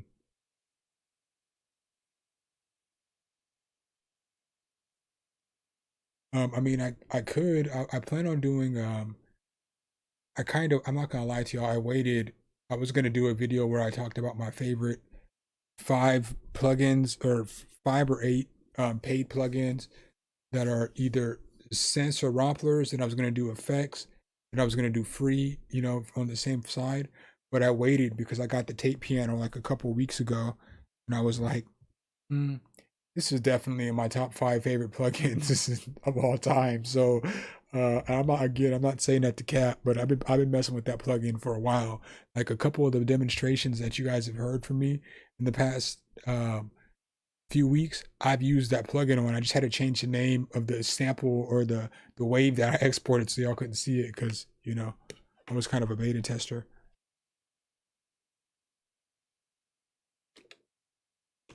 Any headphones any cans are good for recording. It's the mixing that you have to worry about cans on, because as long as you can hear yourself, it's fine. But it's the mixing, and I don't know if I really want to be the person to give you that answer. And I said that because I'm in that struggle right now.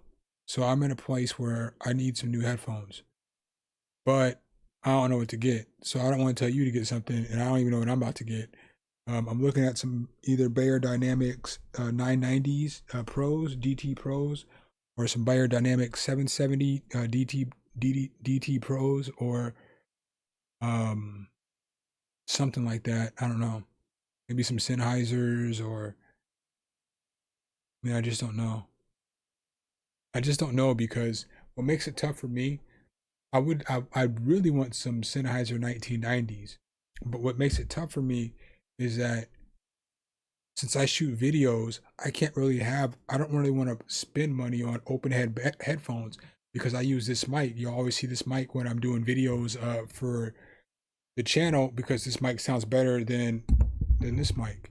So if I have open head headphones, it's going to bleed off into this microphone the whole entire video. I don't want to have to deal with editing videos all the time with headphone bleed. I definitely don't want to do that. It's so much more time to chop and cut and fix the volume. And gate only does so much, and gate doesn't always fix it. And sometimes the gate messes up your voice, the way it sounds when you're editing the video.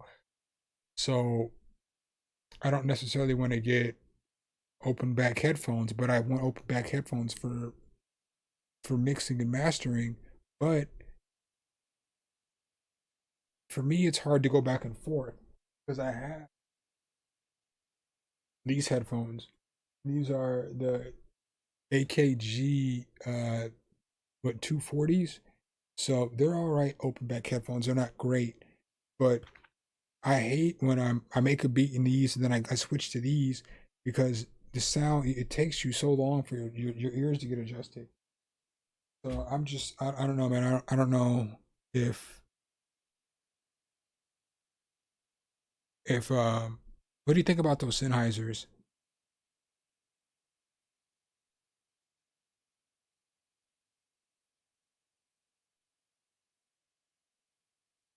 I would like to make my own plugin, but you know what's funny?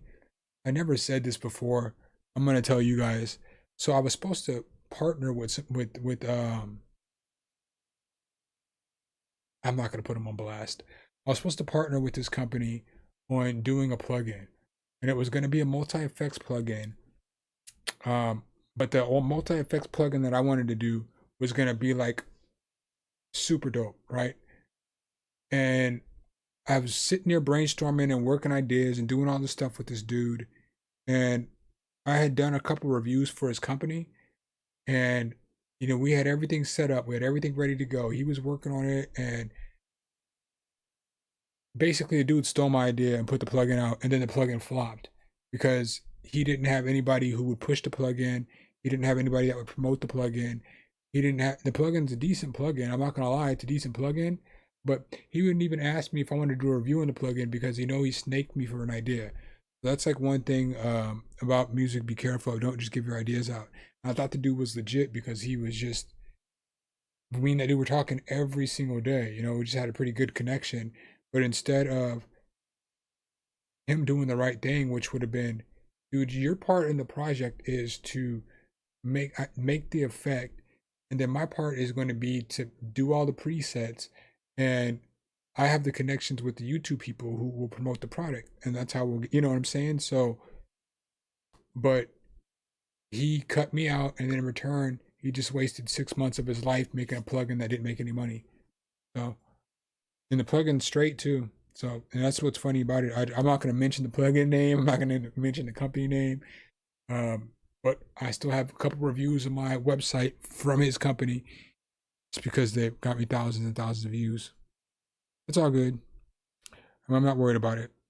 If it was meant to happen, it was meant to happen. But honest to God, that was one thing that made me think. Just I was gonna do a video and put him on blast, but I'm better than that, so I just didn't. But I'm so sincere when I tell you guys that I gave this dude all these ideas and he put together a plugin and it flopped.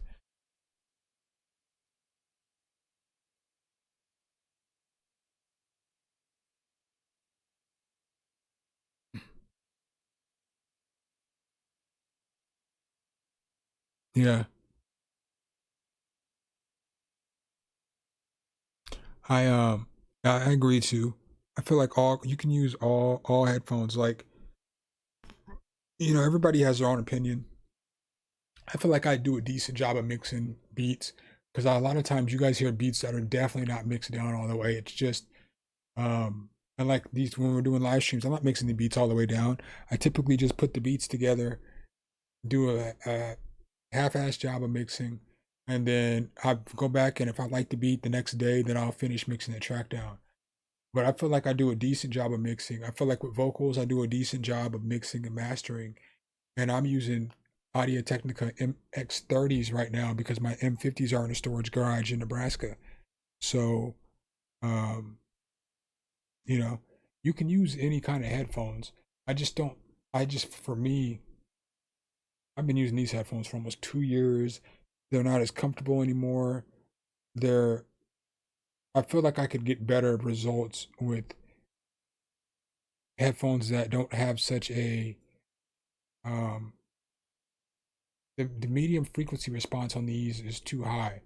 And so, granted, I've been messing with the headphones for a long time, um, so I know what it sounds like. So when I'm listening to music, I'm like, the vocals, too high. It means it's probably perfect. So you get adjusted to your headphones, and you can mix. You can mix and whatever you're used to, as long as you're referencing real music. So you can mix with some, I wouldn't say like iPods or something, but you can mix with any kind of studio monitor headphones as long as you're referencing other tracks. It just depends on, what level you want to get to and like what your mix is. Because if you're mixing certain things, you just want to hear certain elements, and some headphones aren't going to let you hear those elements, certain artifacts in the beat. That makes sense.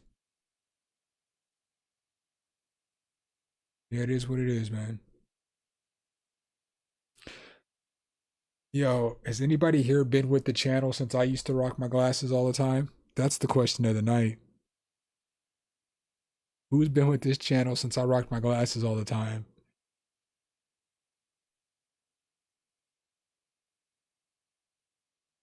That's going to be my YouTube question tomorrow.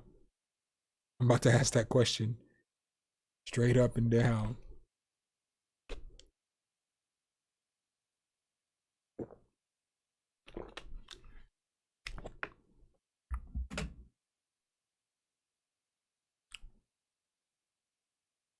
Yeah, man. I might check out your review on those Sennheisers or Sennheisers. I was watching I was watching a bunch of reviews um on different stuff. I was probably gonna call Adam over at Sweetwater and talk to him for a little bit. That dude's pretty cool.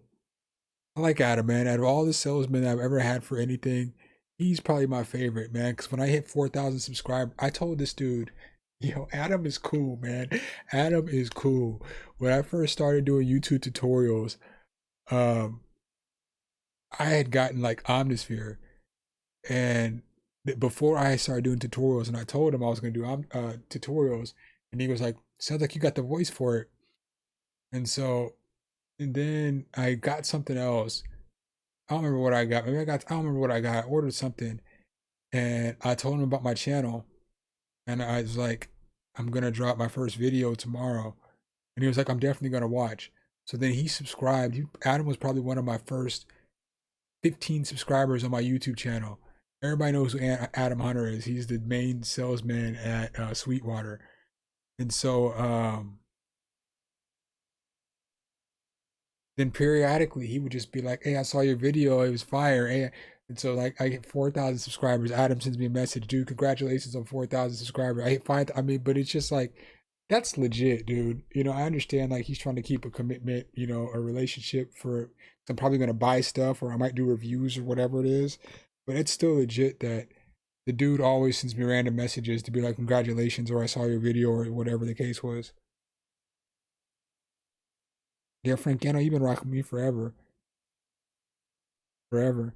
I feel like it was this time last year you messaged me about some drum kit I ended up buying. I feel like it was. Man, I know this. I still know the drum kit, but I feel like yeah, it has been about a year because I feel like it was when I first started doing those MPC beat videos. This producer mega bundle right here, which I used for the grip after I got them because there was a bunch of different sounds. Yeah, I talked to you and I got all these drum kits for like $9. I remember that conversation. I remember that conversation like yesterday. All these, and I messed with all of them because I was making different kinds of beats and stuff like that. Yeah, it is legit. The Adam is the only reason why I didn't give Sweetwater a negative review on my Apollo Twin X because Adam was on vacation or something. Adam was gone for a while. I don't know if he was just doing something else or whatever he was doing, but he was gone for a while because I had been wanting to talk to him for probably like a month when I was going to get this interface. And I don't really trust like people who salesmen for obvious reasons because they're going to try to sell you something you don't want. And so of course the dude I talked to tried to sell me something I didn't want.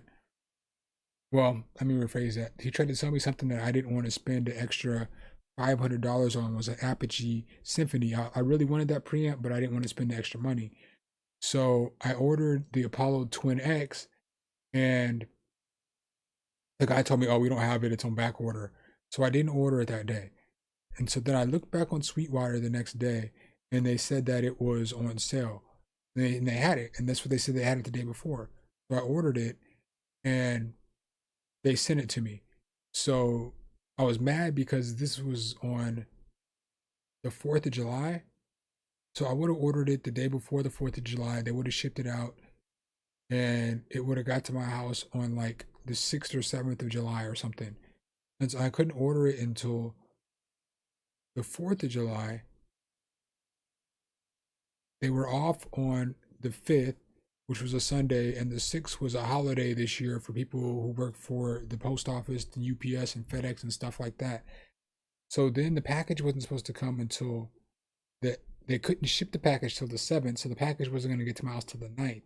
So the date changed from it could have been to my house on like the 6th to the 9th. And since it took so long, the dude who was delivering my package damaged my package. So then my package got sent back to Sweetwater. So if I would have ordered it in the right time, my package would have never been damaged. But they sent the package back to Sweetwater, and Sweetwater wouldn't send me my new interface until they got the old one. And I'm like, UPS told you they damaged, or FedEx told you they damaged the package. Like, I haven't even got the package. Like, package, matter of fact, The package was supposed to be in my house on the 9th, and they told me it was guaranteed to be delivered. And then on the 10th, I called them on the 9th, and then on the 9th and said I need it here in the morning because I work at night. So they said, okay, we guarantee you it's going to be there before 10 o'clock in the morning. They messaged me at 12:30 saying that they damaged the package in delivery and had to send it back to Sweetwater. So they sent it back to Sweetwater. Sweetwater wouldn't send me my new interface until they got the old one, which was jacked up because it's not my fault. None of this is my fault, you know? So they didn't end up sending me the new interface. They sent it out on like the maybe like the 13th or something. The 13th. And so then UPS was late again. So or FedEx, you know how FedEx is trash. So I was supposed to get it like the 16th. I didn't get it till the 17th. So I ordered this preamp that was supposed to be a 2-day delivery on the 4th of July. It's the 17th, and I'm finally getting the preamp, okay? So I get the preamp, and maybe it was the 18th. The 18th, it was 2 weeks, so it's the 18th, right? No, it's the 17th. They forgot to send the freaking um Thunderbolt 3 cord that comes with the Apollo Twin, because they give you one. It's part of the package deal that you get. So I'm like, man, if I didn't have a USB 3 cord, or Apollo, if I didn't have a Thunderbolt 3 cord, I would be ready to fight, because now I gotta wait another 3-4 days to get a USB cord. So now we're looking at 18 days for a 2-day delivery. So I call Sweetwater and I'm like, bro, y'all gonna have to give me something for free, because it's been 18, 14, 15 days on a 2-day delivery. And so the guy was like, well, I don't know what you want me to do for you. And I told him, you're gonna either give me a plugin or I'm going to send back this interface. So is a plugin worth me paying you the money for this interface, or do you want me to send you the interface back?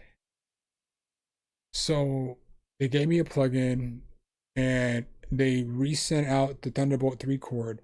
But of course, they sent the Thunderbolt 3 cord to my old address. So I'm furious at this point, because I'm like, dude, you got to be kidding me. I ain't lived there in a year. I done ordered so much stuff from y'all, and how are you going to send something to my old address?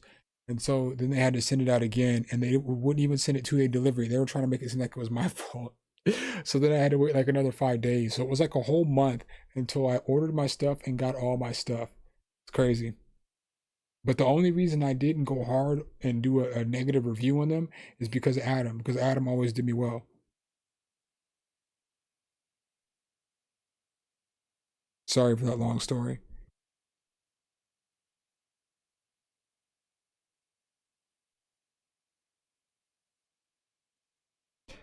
Um, if you're talking to me, a little bit of both. Sometimes I go look for, when it comes to videos, I look for videos that I want to do reviews on. Um, and I mean, it goes both ways. A lot of times people get a hold of me. So like, probably of the last, it's hard, man. It just depends. Like, for the last one,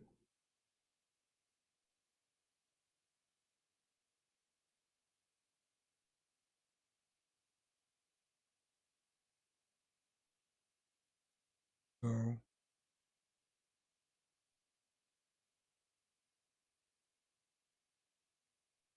for the last 7 videos I've done, 3 people got a hold of me. So, um, but then if I see a plugin that I think is going to be helpful to people, I'll do a review on it. Or if I see a plugin on that I think is cool, then I'll hit somebody up or whatever. But it just goes both ways, man. Like, just make sure that you have all your contact information relevant and in your videos, and people will get a hold of you. The more content that you do, the more videos that you put out, the more people are going to get a hold of you.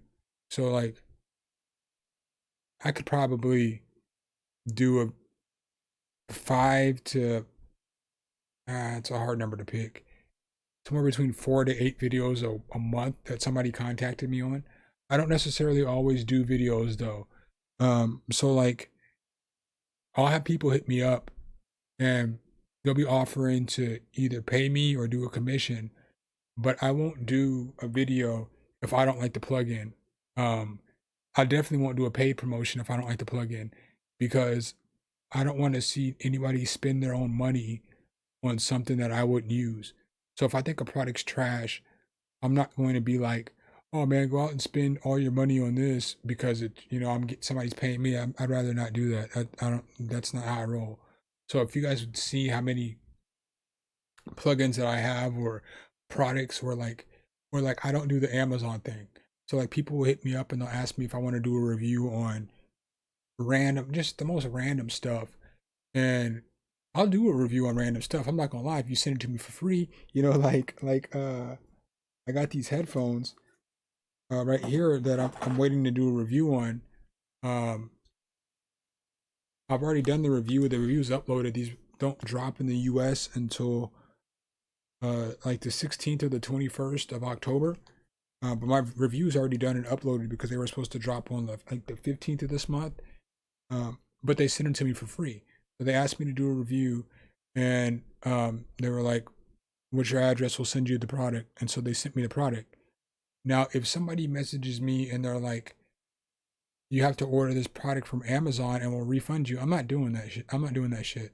I'm not. There's no way that I'm going to order your product, do a review on your product, have to upload the review to your website, or have to send you a copy of my review, and you get to approve my review. And if you don't approve my review, I don't get my money back. In order for me to just get whatever free product that you're giving me, I probably didn't even want whatever that free product was anyway. Otherwise, I'd have it. Like sometimes these companies think that because they're giving you a free whatever it is, you're willing to do all this crap that you shouldn't have to do. There's no way that I should have to order a product from Amazon. There's no way that I should have to do a review on Amazon and tell them how great your product is. My job is to do a review for YouTube. That's what I do. I don't have a problem if you take my video and you embed it somewhere and you put it whatever it is. You can use my if I give you a positive review, you can use my review on whatever you want to. I have no problem with that because it's going to bring back more attention to me because whoever's watching that video is probably looking for something that's in my genre. So sometimes you take a lot. Sometimes you don't make money off of a video um, because somebody posts on their website or whatever.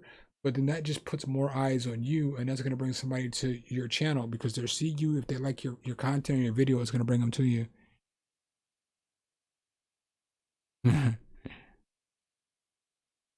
um, some Waves plugin. Um, what's it called? The voice plugin, vocal blender, vocal blender.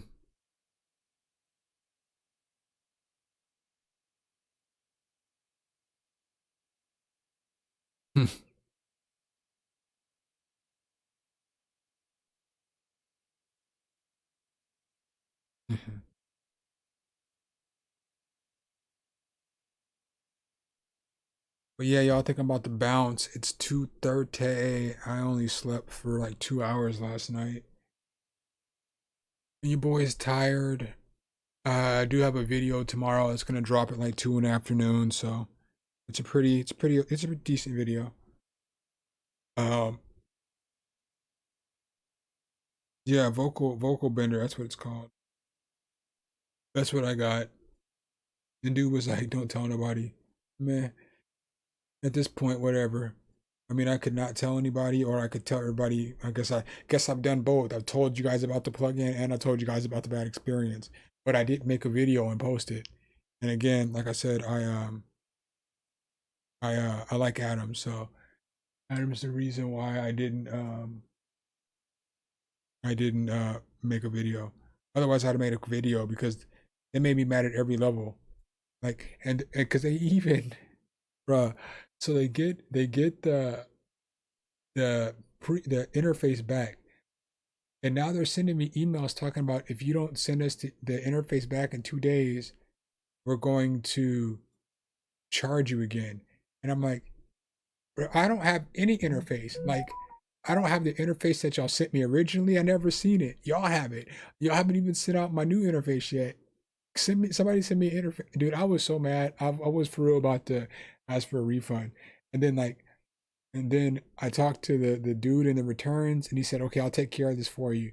And then that same dude sent me an email talking about I gotta send him back my interface. And the next day I got another email. The next day I got another email, and so then Adam comes back, and Adam calls me, and he's like, "Yo, bro, I kind of need that interface." And I told him the story, and he was like, "What?" And I said, "Yeah, man, this shit was trash." He took care of it. Nobody ever called me again. Nobody ever messaged me again. Nobody bothered me again about an interface.